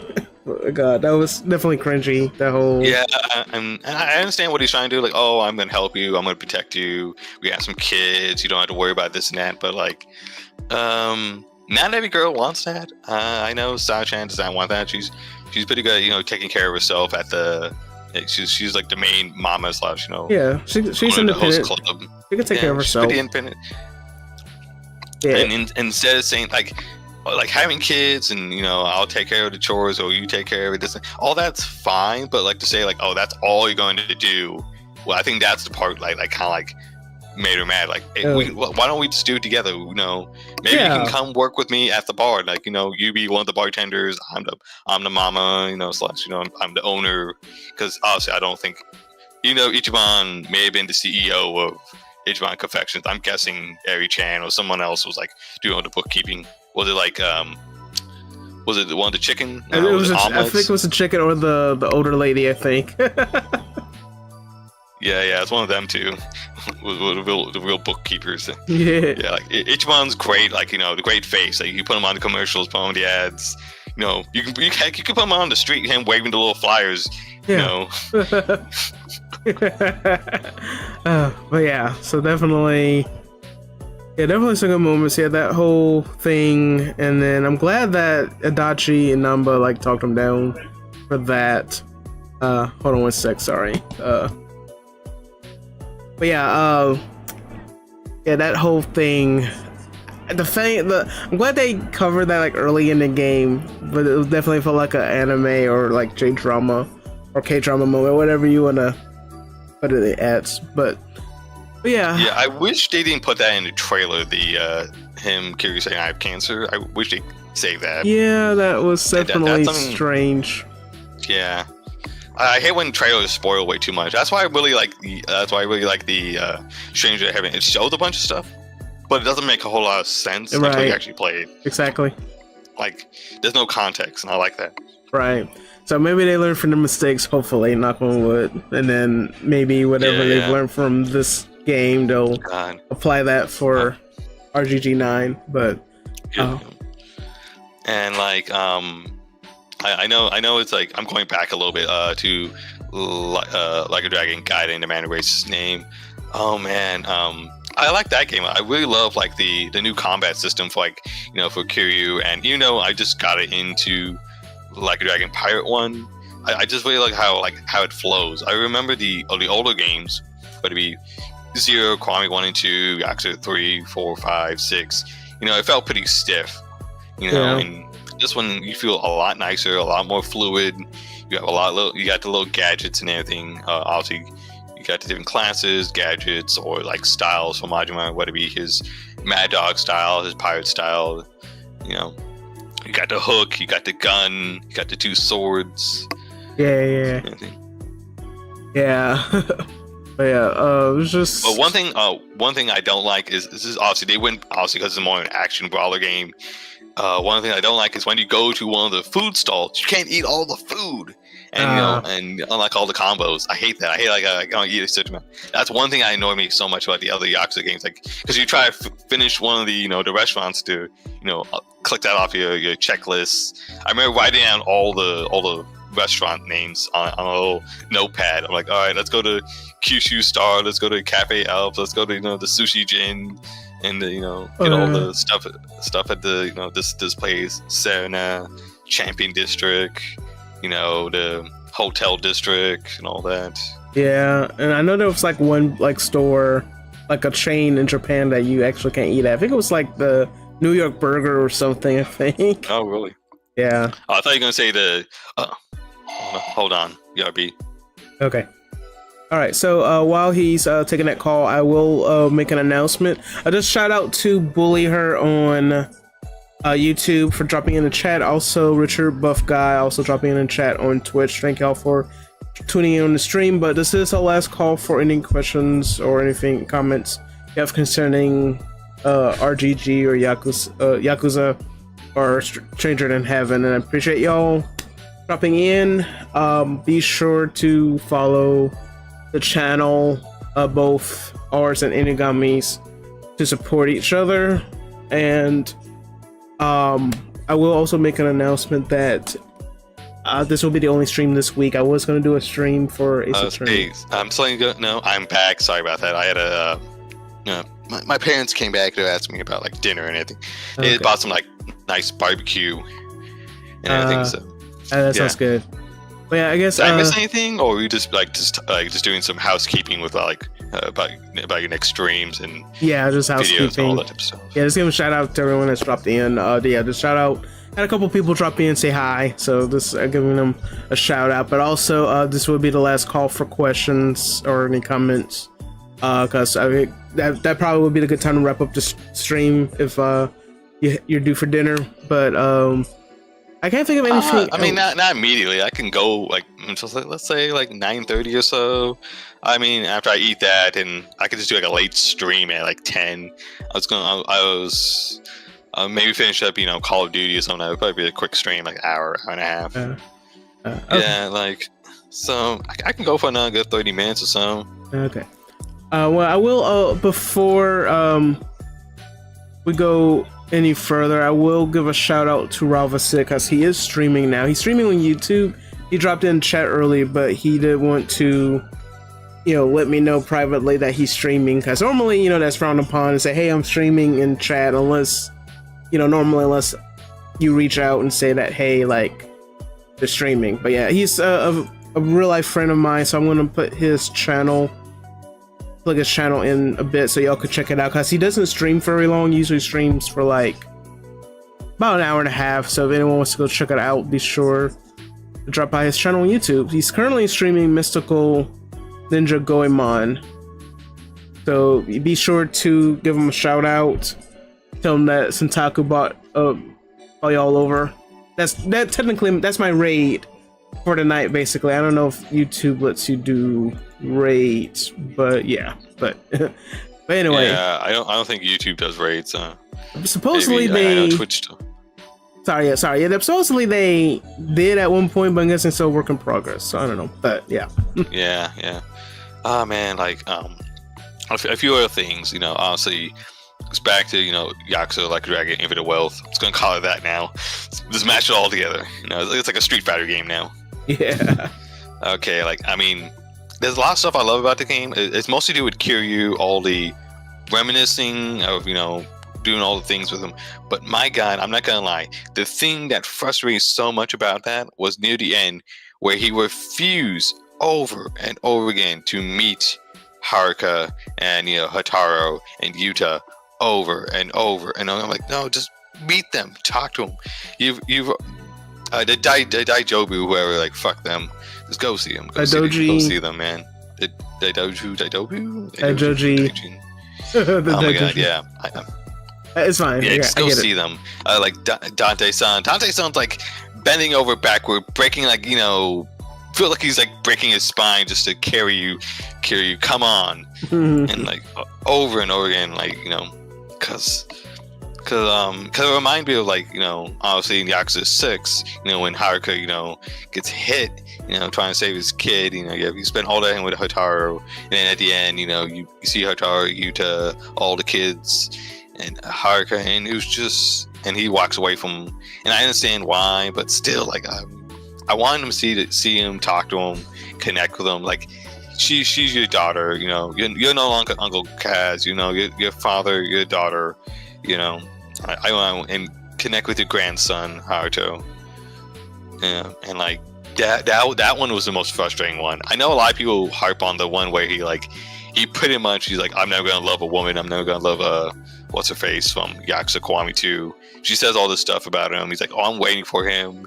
I want he can put a ring on my finger and yada yada yada and all that. And yeah, that was kind of frustrating. I remember he met his former boss, the cabbie boss, taxi boss, whatever, from Yakuza 5. I remember that one. That was a bit funny.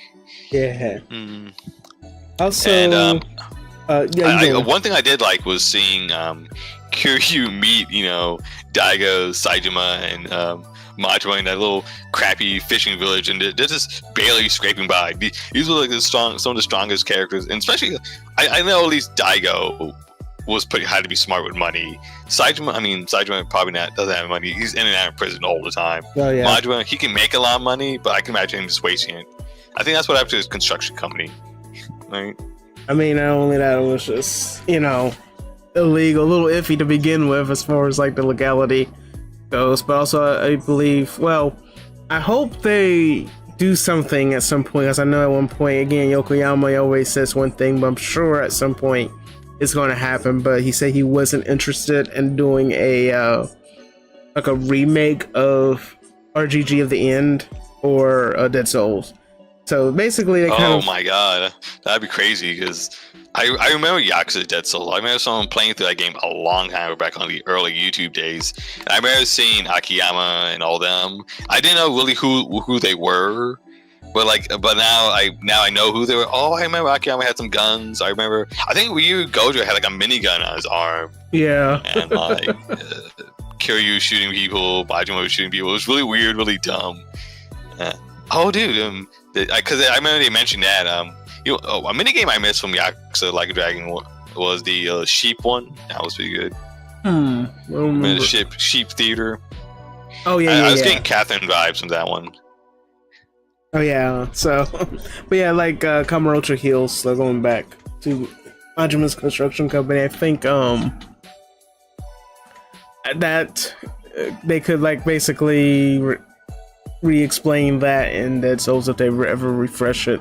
I know you can go through a little bit of Kamurocho Hills. I forget what one of the games. It might have been the fifth one. Didn't they? Oh yeah, they were working on Kamurocho Hills, right? Like in Yakuza Kiwami 1 and 2, right?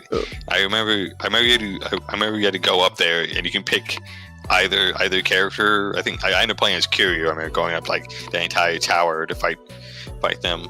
I think that was it was under construction in 2. That's where Majima construction became a thing, but I think you could go through most of it either 4 and 5, I think. Yeah, I think so. Yeah, I remember that now. Oh yeah. Let's see. What else was it? Let's see. Another character I wasn't a big fan. Like obviously, I didn't really like Chelsea and how, like everyone, like also this game also talked about a lot about like giving people second chances, but also like hopping on the bandwagon, hopping on cancel culture, the VTuber thing. That feels very Japanese, and also like people getting canceled over something. I remember maybe like Ichiban, Adachi, Namba. I mean, Namba lost his nursing job again. Like that's twice he lost. I think the first time he lost it was like I think he was like stealing drugs or something like that. Yeah. Or selling them on the side, and then this time he lost it because of the VTuber. And being associated with Ichiban, the former hero of Injinchicho. Also, I looked it up. I think Injinchicho that's based off of real place, just like Kamurocho and Sotenbori. Oh, dude, man, it's hilarious. Like, because the Yakuza has gotten more popular, I've seen a lot more Yakuza cosplay on TikTok, on Instagram. Oh yeah. And obviously more memes. Obviously, everyone always going crazy over the karaoke. A lot of people, doing Bakamatai. Oh yeah. And of course, I added to the pool of the algorithm as well, because for those new to the channel or just need a refresher, I've done Yakuza skits and videos before. Like did one at MomoCon last year where my friend Sippy, he helped me film it. He was basically asking questions. It's the Majima construction skit where I'm holding my sign up and he says, "Hey, what are the benefits?" And it's like, "Well, you work hard, but we catch you slacking off, it's over." And then he like, "Okay, I'll go somewhere else." So I don't know if you've seen that. You know what's weird? Like, I'm not gonna lie. At first, when I first saw Kiryu in Yakuza Infinite Wealth, with his hair down, gray hair, black shirt, and everything, by the time he puts his old suit back on, I was kind of missing his new look. Because he tried to slick back his his graying hair, and it didn't look as good. I'm pretty sure when you think about it, it's very obviously symbolic. Because it's going for one less.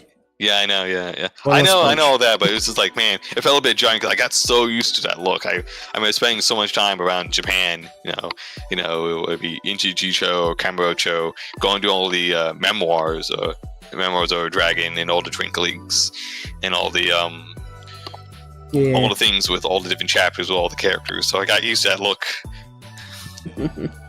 Yeah, I think if I remember correctly, in Kiwami 3, I think you can get that hairstyle. Of course, it's not gray, but I would like to see Kiryu, I guess, his hair down more often, because I guess it's just, Well, I have noticed, anytime there's any type of like DLC, like especially like DLC character packs, they always like bring Kiryu's Yakuza 0 look, with the white suit and the yellow orange shirt, and then obviously you can dress up as the other characters. Oh, let's dress up as Watase, Daigo, and other characters. Because I just saw that right now in the Pirate one.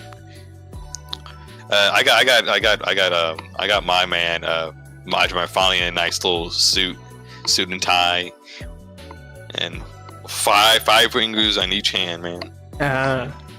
Well, so something you just mentioned there. Dang, drawn a blank. I guess talking about going back to Pirate Yakuza specifically, I definitely expected. Well, I don't want to spoil it a little bit. There was definitely some stuff. I know there was some criticism concerning Pirate Yakuza, but I'm still satisfied. One of the best pirate games I've played in a very long time. This is better than Skull and Bones. Oh yeah, and we haven't had a good pirate game since Assassin's Creed 4 Rogue, Assassin's Creed 4 Black Flag, and Assassin's Creed Rogue. It's pretty sad if you think about it. So Rava introduced me to Sea of Thieves before the release of Pirate Yakuza, and that was a lot of fun. I actually hope to play that with him again. totally forgot about Sea of Thieves. I didn't play it myself, but I remember that game was panned really badly. But like all these years later, Microsoft did not give up on that game, and now it's like one of the best games out there to still play. A lot of people like it, a lot of people love it. Yeah. Same with Grounded and a few other games like that. Yeah, but that game and a few other games, you know, you can put like brought itself back. You know, Cyberpunk brought itself back. No Man's Sky, Final Fantasy 14, oh yeah, A Realm Reborn. You know, Battlefield 4, Battlefield 1. You know, Battlefield 5, another one. Halo: The Master Chief Collection's another one you could throw on there. Obviously, Sea of Thieves, Grounded. And probably a few other games, you know, like obviously a bunch of MMOs I probably never played, but you know, I think WoW fixed itself a few times here and there. Final Fantasy 14, 11, Final Fantasy 11, EverQuest 14, and Final Fantasy 11 too. 11 especially because they're celebrating the 24th anniversary this year. God, man. I know they added a bunch of new stuff to like Final Fantasy 15 with its DLC and all that type of stuff. So yeah. Now that game, I wish they actually gave up on that game. Like the guy that took over. Yeah, Tabata-san. Yeah, he left. Because it was the guy. They had the guy who was the art stylist behind all the Final Fantasy game, Kingdom Hearts game, Nomura. No. Yeah, it was Nomura's game, but they wanted a different vision because I think basically he wanted a more mature Final Fantasy game. It was a very dark Final Fantasy game, Final Fantasy Versus 13. Then Final Fantasy 13 came out. I think Agito became Final Fantasy Type 0. Then you have the entire 13 trilogy. Then Versus was scrapped and turned into 15. And then that's a bunch of DLC. And then unfortunately they were gonna have more DLC and all that got scrapped. Yeah. And then unfortunately, then the studio gets shut down after Forspoken comes out and they didn't do so well. Yeah, and then they whatever they had left of 15, they turned into a novel, which I have, but still have left to read because I'm still salty about them because I really enjoy 15. I didn't know that. Oh yeah, I like 15 too. I remember playing a bunch of hours on that. I played that and Metal Gear Solid 5, The Phantom Pain, back to back. You know, in 2016. That's all I remember playing so many hours of those games. Mm-hmm. Oh yeah, speaking of 15, y'all, so just for those watching, I am working on a Final Fantasy 15 cosplay skit I did at MomoCon. Trying to get it up this weekend, but I'm having issues with subtitling because TikTok Studio is very stubborn and won't let me add my own captions per se, so I have to do it the normal way using DaVinci Resolve and adding them where they need to go. So stay tuned for that. It's on all the Centakumedia channels. But anyway, so yes, as far as like keeping games going, definitely shout out to Final Fantasy 14. I know we were talking before we went live about how, like, also going back to the trailers, about how, like in Infinite Wealth, they revealed that Kiryu had cancer. There was definitely some stuff in 14 Endwalker, like, it was very fake, but playing through that game, it like, I cried, like, not once, not twice, but 3 times playing through that. And going into Dawn Trail, though, it wasn't the same, because the story definitely felt like a filler arc of anime. So, like, just going to, like, maybe going back to, like, Yakuza proper, like, the Pirate Yakuza specifically, I know the reception of that, like, the announcement of Majima being a pirate, like, it's Yakuza, so you don't question it. Yeah, I can understand it being very kind of weird, silly, but I think most Yakuza fans like it. I think it's mostly like the non-Yakuza fans, like, oh, it's just another Yakuza game. It's a weird spin-off. It's very much like Gaiden. Like, you can play it. You don't have to really play it, but But now maybe you do. I don't know. Like I said, I haven't finished it, so I don't know how much it connects with the other. Like Gaiden, not a whole lot of connection. I mean, a little bit. It's not like 0 through 6 and Like Dragon and Like a Dragon, Infinite Wealth. You know how strong all those are connected. Gaiden had a little bit, but man, I remember the villains in that one I didn't really like. And then that random girl who's there and I never shows up again. Whatever her name was, I can't remember it. Oh man, and it's weird. Like in this game, you have 3 female characters, but almost all of them are kind of the same. All of them, most people pigeonhole them as a love interest girl character. I mean, I think she'll say kind of like Ichiban, but obviously, it's kind of one-sided. Obviously, Ichiban and Sohi, Sachan like each other. Sohi super infatuated with Kiryu, but I never felt it was love. It was more like aberration, idolization, that kind of stuff. But like, you know how it is. Most people don't play the game or watch someone play it and then misinterpret stuff. Oh, if I'm not mistaken, I know a lot of people didn't people call Infinite Wealth woke? Because like I think like was it Namba or Adachi was like browbeating Ichiban about like what he thinks about women, and like, oh my god, like how feminist and woke they became. I remember that blew up like a little while before the game came out. Don't remember that part. I remember seeing it like on YouTube or Twitter, but like it was for a short amount of time. I remember all the VTubers, all the male VTubers that are like female avatars, like, oh my god, look at Yakuza going woke. Ugh. I remember that, or censorship or something like that, some stupid stuff. Oh my god.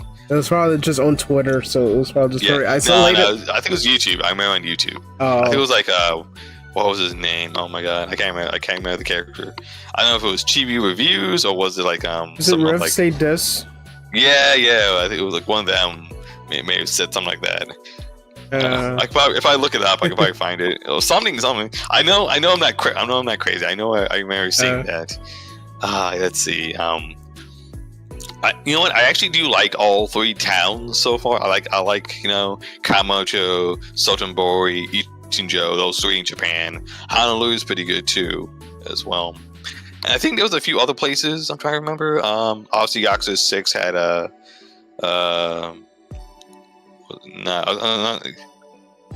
what was it? Hiroshima, I think, and obviously 3 at Okinawa, that area. Yeah, they're like Fukuoka. That was one of my favorites. In addition to that was Yakuza 5, right? That was with Kiryu. Yeah. Oh my god, man! I'm not gonna lie. I hate the noodle minigame, man. I hate making the noodles. The cooking game in Yakuza, the pirate one's not that bad. I'm like, I only got level like 20 or 21. That one was a lot of fun. Oh yeah. But actually, my goal, going back to the city, says actually, one of my goals. So in I haven't told a whole lot of people this, but I'm planning, or rather wanting to, go to Japan in early 2028. It might happen if I save up enough money. It definitely happen, and I believe Rava was going to try to get on a trip. If you want to plan a trip, let me know. I'll be down, man. I want to go back to Japan. I want to go to Sotenbori and Kamurocho. I've been seeing that one. You went there you see a giant crab. Why? And then like they show Kiryu and they have a little Bakamatai playing in the background over and over again. Yeah. That would be. I would definitely like to go to or Dotonbori, it's a real life inspiration of Sotenbori. Yeah, Dotonbori. I think Kamurocho is based off of Kabukicho. Oh, what was it? Something. Kabukicho. Kabukicho, yeah. And Ichijo is based off of something as well, something real. Yeah. Where still they have not cleaned the rivers. It's still full of trash. You think they were cleaning it up by now? Oh, that's one thing that annoyed me. Like, oh my god. Oh, dude. Speaking of all the rivers and all the trash, how do they keep on recycling these characters? They recycled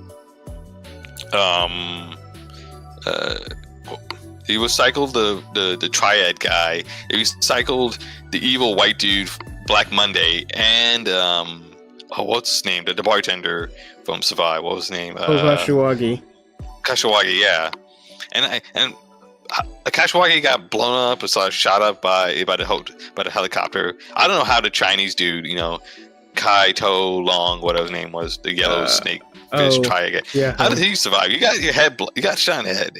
And then you don't question it, it's Yakuza. and then Black Monday guy, you fell off a freaking building, you and Mine. And if what they're saying is true, another that old guy survived as well. Both of them survived falling off a building. Like, what?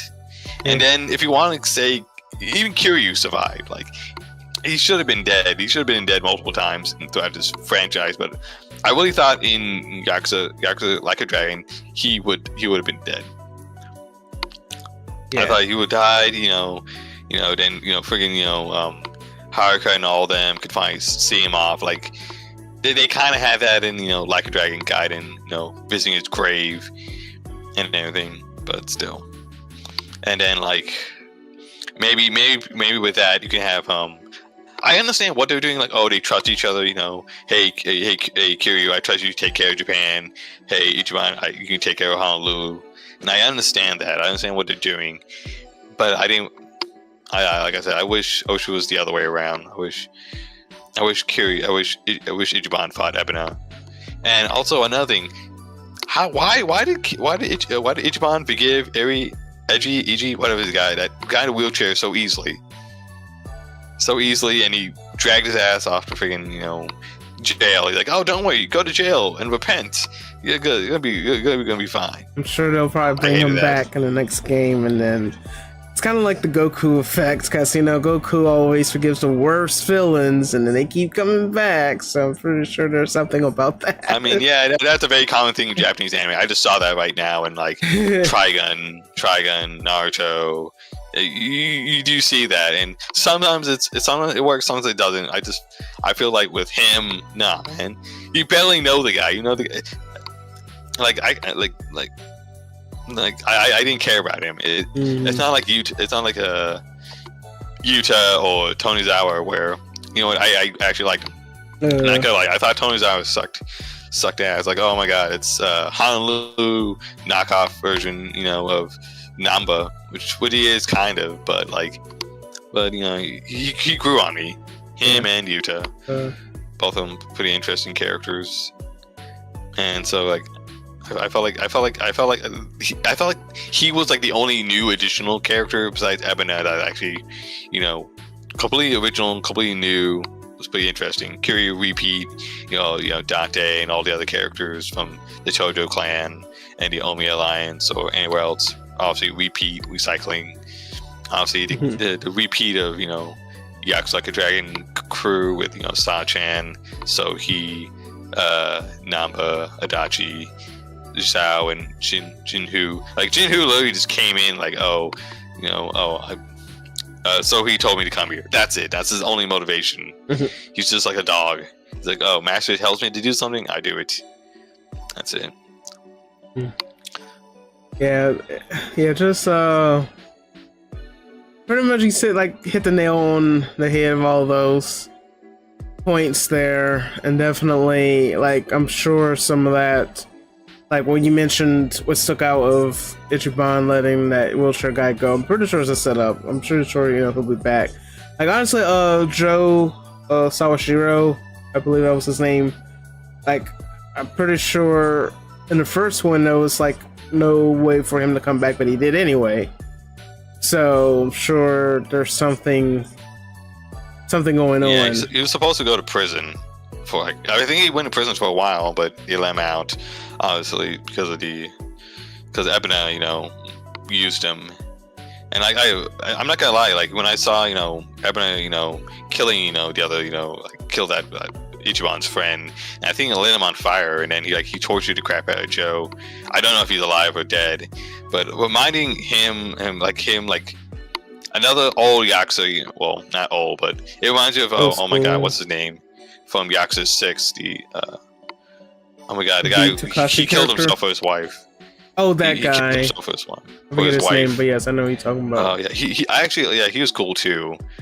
He starts off kind of like a dickhead, but you end up kind of liking him. Yeah, but by the way, it is 10:35 here. I believe it's time to wrap up Yeah, this it's stream. like 9:30 here. Wow, 2 hours went by real fast.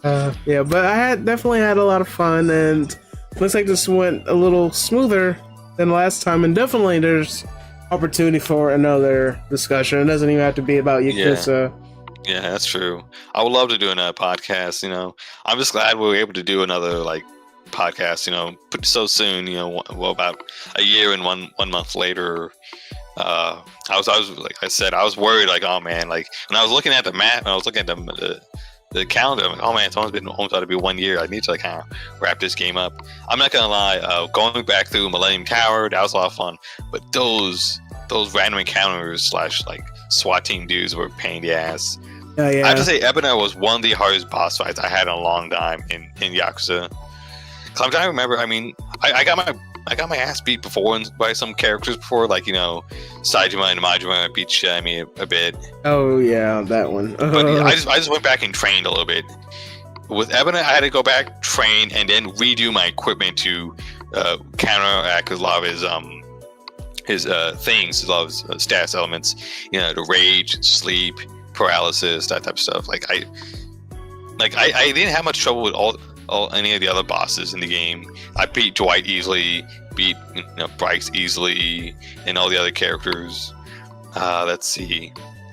I think I only died in that game one time. I think some of my characters may have died, like Junji Han or Zhao. Randomly, I didn't block. That's one thing that's kind of annoying, man. When the characters do multiple moves and you block it and you still get paralyzed or poisoned, or it's an AoE attack, only one character gets the perfect block and the others get hurt. That's annoying. Oh yeah. Fighting Robo Michio is a pain in the ass. God. Yeah. Oh yeah, man. I remember. Yeah, they brought back Michio, Robo Michio, and all that. Yeah, and the Kiryu. Well, actually, I kind of jumped ahead of myself. So, spoiler for anyone watching is that the fight before the last boss fight in Yakuza Like a Dragon, it was annoying, which is kind of where Eri comes in at that we mentioned earlier, and that's we need both of them, and then whoever else we could find. So that was a pain. When going up that Millennium Tower over and over again so many times, and I'm not gonna lie, this time when when Kiryu gets help from his old crew, oh, that was such a cool moment. Oh yeah. Yeah, that was really cool. That was really awesome. Man. Oh yeah, but yeah, that was definitely some good times. I definitely enjoyed playing through all the games, and we both have. Obviously, that's why we're here to talk about. Yeah, but I think well, for a long time there was never I think on the Yakuza subreddit there was no such thing as a bad Yakuza game except for Dead Souls, and now you might have thrown Dead Souls, and maybe in your, it seems like most of the fan base opinion, you gotta throw Yakuza 3 remaster, whatever you want to call it, Kiwami 3, Dark Tide. I don't know how. That one seems really bad. Like Gaiden and the Pirate one. I know Yakuza 3 was the worst one for a while, but I think all of them are S or A tier. Maybe you could throw Gaiden into a B tier, maybe 3. I'll put 5 in there, but this one I think would be an A or A minus. But now thinking about it, going back to all its flaws, especially from the storyline, it's probably get a B plus now for Like a Dragon Infinite Wealth. They really have to go back and really make the next storyline with Ichiban a lot better, because the one you had in Yakuza Like a Dragon, with him, the Seiryu clan, all the stuff with Bleach-Chan, Ryu Oki, Master Awakawa, all very good. Yeah, it all connects. Right. It connects in such a weird bullshit kind of way, a fake Yakuza kind of way, but it works. It's like a Yakuza thing. Don't question it. It's Yakuza. It works. And they tried to do it with this one, but it didn't feel as good. Yeah. All right, we're out of time for tonight, but I really appreciate you on for our stream, and I definitely enjoyed. Yeah, it's really cool, really awesome to be back here. Like I said, if you're thinking about going on that Japan trip, hit me up ASAP. I'll be down for that. I would love to go back to Japan. My younger brother went back to Japan with his wife last year in 2025. It would be 10 years. It would have been 10 years. Well, 11 or 12 years now if I go next year, since I've been back to Japan. And when we went right when they increased the sales tax too. Oh yeah. During that time. Yeah, I'll definitely. Yeah, I remember going all over Japan. We had a nice Airbnb outside of Japan, outside of Tokyo, and we would just take the train. That was so much fun.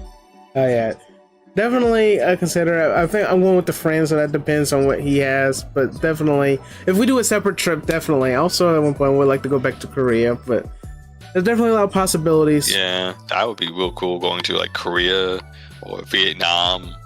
That'd be nice. That would be nice. But yeah, thank you again for tuning in. Shout out to everyone watch the stream. Thank you, Inugami again. And when will they be able to catch your streams? Like, what are your socials? And what are you streaming right now? Yeah, my socials. You can. Most of them are going to be like InugamiTheHound or Inugami on Twitter, but on Blue Skies, InugamiTheHound, Instagram, TikTok, Twitch, all that. It's going to be there. I am doing a giveaway right now. I'm giving away this time 3 games away. I'm giving away 3 Xbox games, three random Xbox games because GameStop doesn't have Xbox games anymore. So like getting rid of a whole bunch of them. So like I bought a bunch. So I'm like, all right, I'm going to give away 3 games to one lucky person. I think they'll like it a lot. The only bad part is I had to I think I just had to give them put like in a paper sleeve or something because they only have like generic cases, like the crappy like black GameStop generic case. So I don't want. Yeah, that's not gonna look good. That's interesting. Well, yeah, I hope man. Y'all better hit up those giveaways, especially for Xbox. I'm as an Xbox person, but I definitely need a home for those that appreciate Xbox games. But yeah, man. I mean, Yakuza is one of those games that has Yakuza and Persona have good homes on the Xbox thanks to getting a digital version, getting on Game Pass, and sometimes physical edition depending if it's a new Yakuza game or a newer Persona games. But like that Game Pass, man, that thing brought so many people because a lot of people. There was quite a few people that played it, on PS4. But then when they announced it for like Xbox, like, dude, you have like, you have like 50, 60 million people, on Xbox, over like 100 million people, on PC, with the PC Game Pass and all that. So that's a lot of people playing those games. And it's just now that's why you see Yakuza have become just as mainstream as Final Fantasy or Persona, Dragon Quest. Like people recognize it. Like one of the things I love is like when people draw like fan art of it, and like if people recognize, oh my god, it's Kiryu, it's Majima. They have everyone like recognize a lot of the memes and jokes and stuff like that. Oh yeah, and definitely also shout out to those that might have been watching this and started on the Switch too, because that's also becoming an option. So looking forward to the next Yakuza game. Oh yeah, I think Kiwami 3 is on the Switch too as well. So yeah, definitely like they're trying to basically make sure every single game is available for those that want to play it. So yeah, so I'm glad. I think Yakuza 0 Director's Cut, Kiwami 1 and 2, and like Kiwami 3 got physical editions along with like Yakuza Like a Dragon, Infinite Wealth. I think the Pirate one. Yeah, I think all those have at least a decent physical edition. Yeah. I know with the Pirate one, I got the collector's edition. I got that for like real cheap. Usually that's like $100. I got it for like $60 off of Amazon. One of the best buys ever, man. Because it comes with the game, a little pin, an eye patch, I think a flag, and a bunch of stuff. And it comes with all the DLC. So like I have Kiryu as my first mate, man. Here, Kiryu and Majima together again. I think I have Daigo on there as well. I have Onimitsu. Yeah, good deals. Yeah, I definitely collect Yakuza physically when you can. I started collecting Yakuza physical, in physical copies, even though I started digitally. But yeah. Yeah, one thing I wish, man, I wish I spent a little more money. I could have got more Yakuza stuff. And when you had it on Super Groupies, Cause I have the backpack and I have like a few other things. I had it was like I had Ichiban, I had Kiryu, and a few other people. And like I was back then, I wasn't making a whole lot of money, so I was like, oh damn, I get like 1 or 2 items. So I ended up getting like the watch and like the backpack. But now I'm like, oh, I'm kicking myself. I should have gotten more stuff. I should have just bit the bullet and just spent the money. Just get completely decked out on like Yakuza stuff. Right. All right. That is all the time we have. Thank you so much for joining us in Inugami. And then we will definitely plan another talk stream in the future. And definitely be sure to subscribe to InugamiTheHound's channel on Twitch as well as on YouTube. So thank you again. Yeah, you please hit me up on TikTok, Threads, Instagram, all that type of stuff. Please, before I go, I want to thank honestly Centakumedia and her community. I want to thank all the people in chat, anyone on Discord, anyone who's been interacting with me with the past couple of months. It's hopefully things can turn around and things get a lot more positive. There have been times where I've had good days, bad days, but man, there have been times where I'm like, oh man, do I still want to stream? There's some days that I don't feel like streaming anymore, man. Like, just hang it up. But like, I'm trying to get out of that bad, mentality, and that's just me being me, me being way too obsessed with like numbers sometimes. So that kind of hurts me. But last but not least, I want to thank God. Today's Eid, a nice Islamic holiday. Good day. So we had this nice podcast. We had Eid. I have a nice, I think I have a nice brisket burger / fries downstairs from like a new burger, Texas barbecue joint, man, nearby. So yeah, I think it's also halal too. It's like, I don't know if it's owned by an Arab guy or Pakistani guy. I should look that up. But yeah, man, that's starting to become more and more common, man. Getting delicious barbecue, getting all halal, all the chicken, beef, lamb, all the different sides. You got everything except for pork, but that's it. Got everything else. You can get like pepperoni or beef sausage, turkey sausage, turkey bacon. So it's really good. Sounds good. So many awesome options now. Oh yeah, that sounds really good. I'm hungry. But yeah, thank you again, and definitely be sure to subscribe to Centakumedia for the next time we do a live stream. Like either I'm doing a collab with Rava or another collab with Inugami. Be sure to hit that subscribe button and turn on notifications so that way you'll be notified of the next video or live stream. And definitely be sure to look forward to that skit I mentioned earlier, the Final Fantasy 15 skit. Yeah, I'm definitely gonna over the weekend. I'm definitely gonna see if we can do that Ichiban, cosplay just for fun. Take some pictures. Maybe I might do a little video with like me swinging a bat around, something like that. Something silly. Yeah, and a lot of people, I'm not gonna lie, a lot of people are enjoying my retail rant videos. A lot of people are connecting with them because I've connected with a lot of other people talking about what's happening in retail. Whether you're at a grocery store, you're at clothing retail, FedEx, you're at one of those places dealing with a lot of customers or bad coworkers, bad managers. I think a lot of people can work with them. So yeah, please check them out. Please leave a comment. Recently, I just made a video talking about B-Stars again. I need to make a video about talking about a bunch of other anime. I just finished Trigun. Gonna start watching Frieren, JJK, things like that. Mm-hmm. Yeah, definitely check out Inugami. But thank you again, and we are signing out. And again, be sure to check out Centakumedia on our socials, Blue Sky, Instagram, and TikTok, especially. And we'll be back with another stream next week. Also, video uploads will resume starting next Wednesday and Friday. Just be sure to check out the announcement tab. And also, shout out to Rava again. Rava actually ended his stream about 10 minutes ago, but definitely be sure to check out his channel as our technical raid out channel. But yeah, thank you again, Inugami, and we'll see y'all next time, and have a good night. See y'all.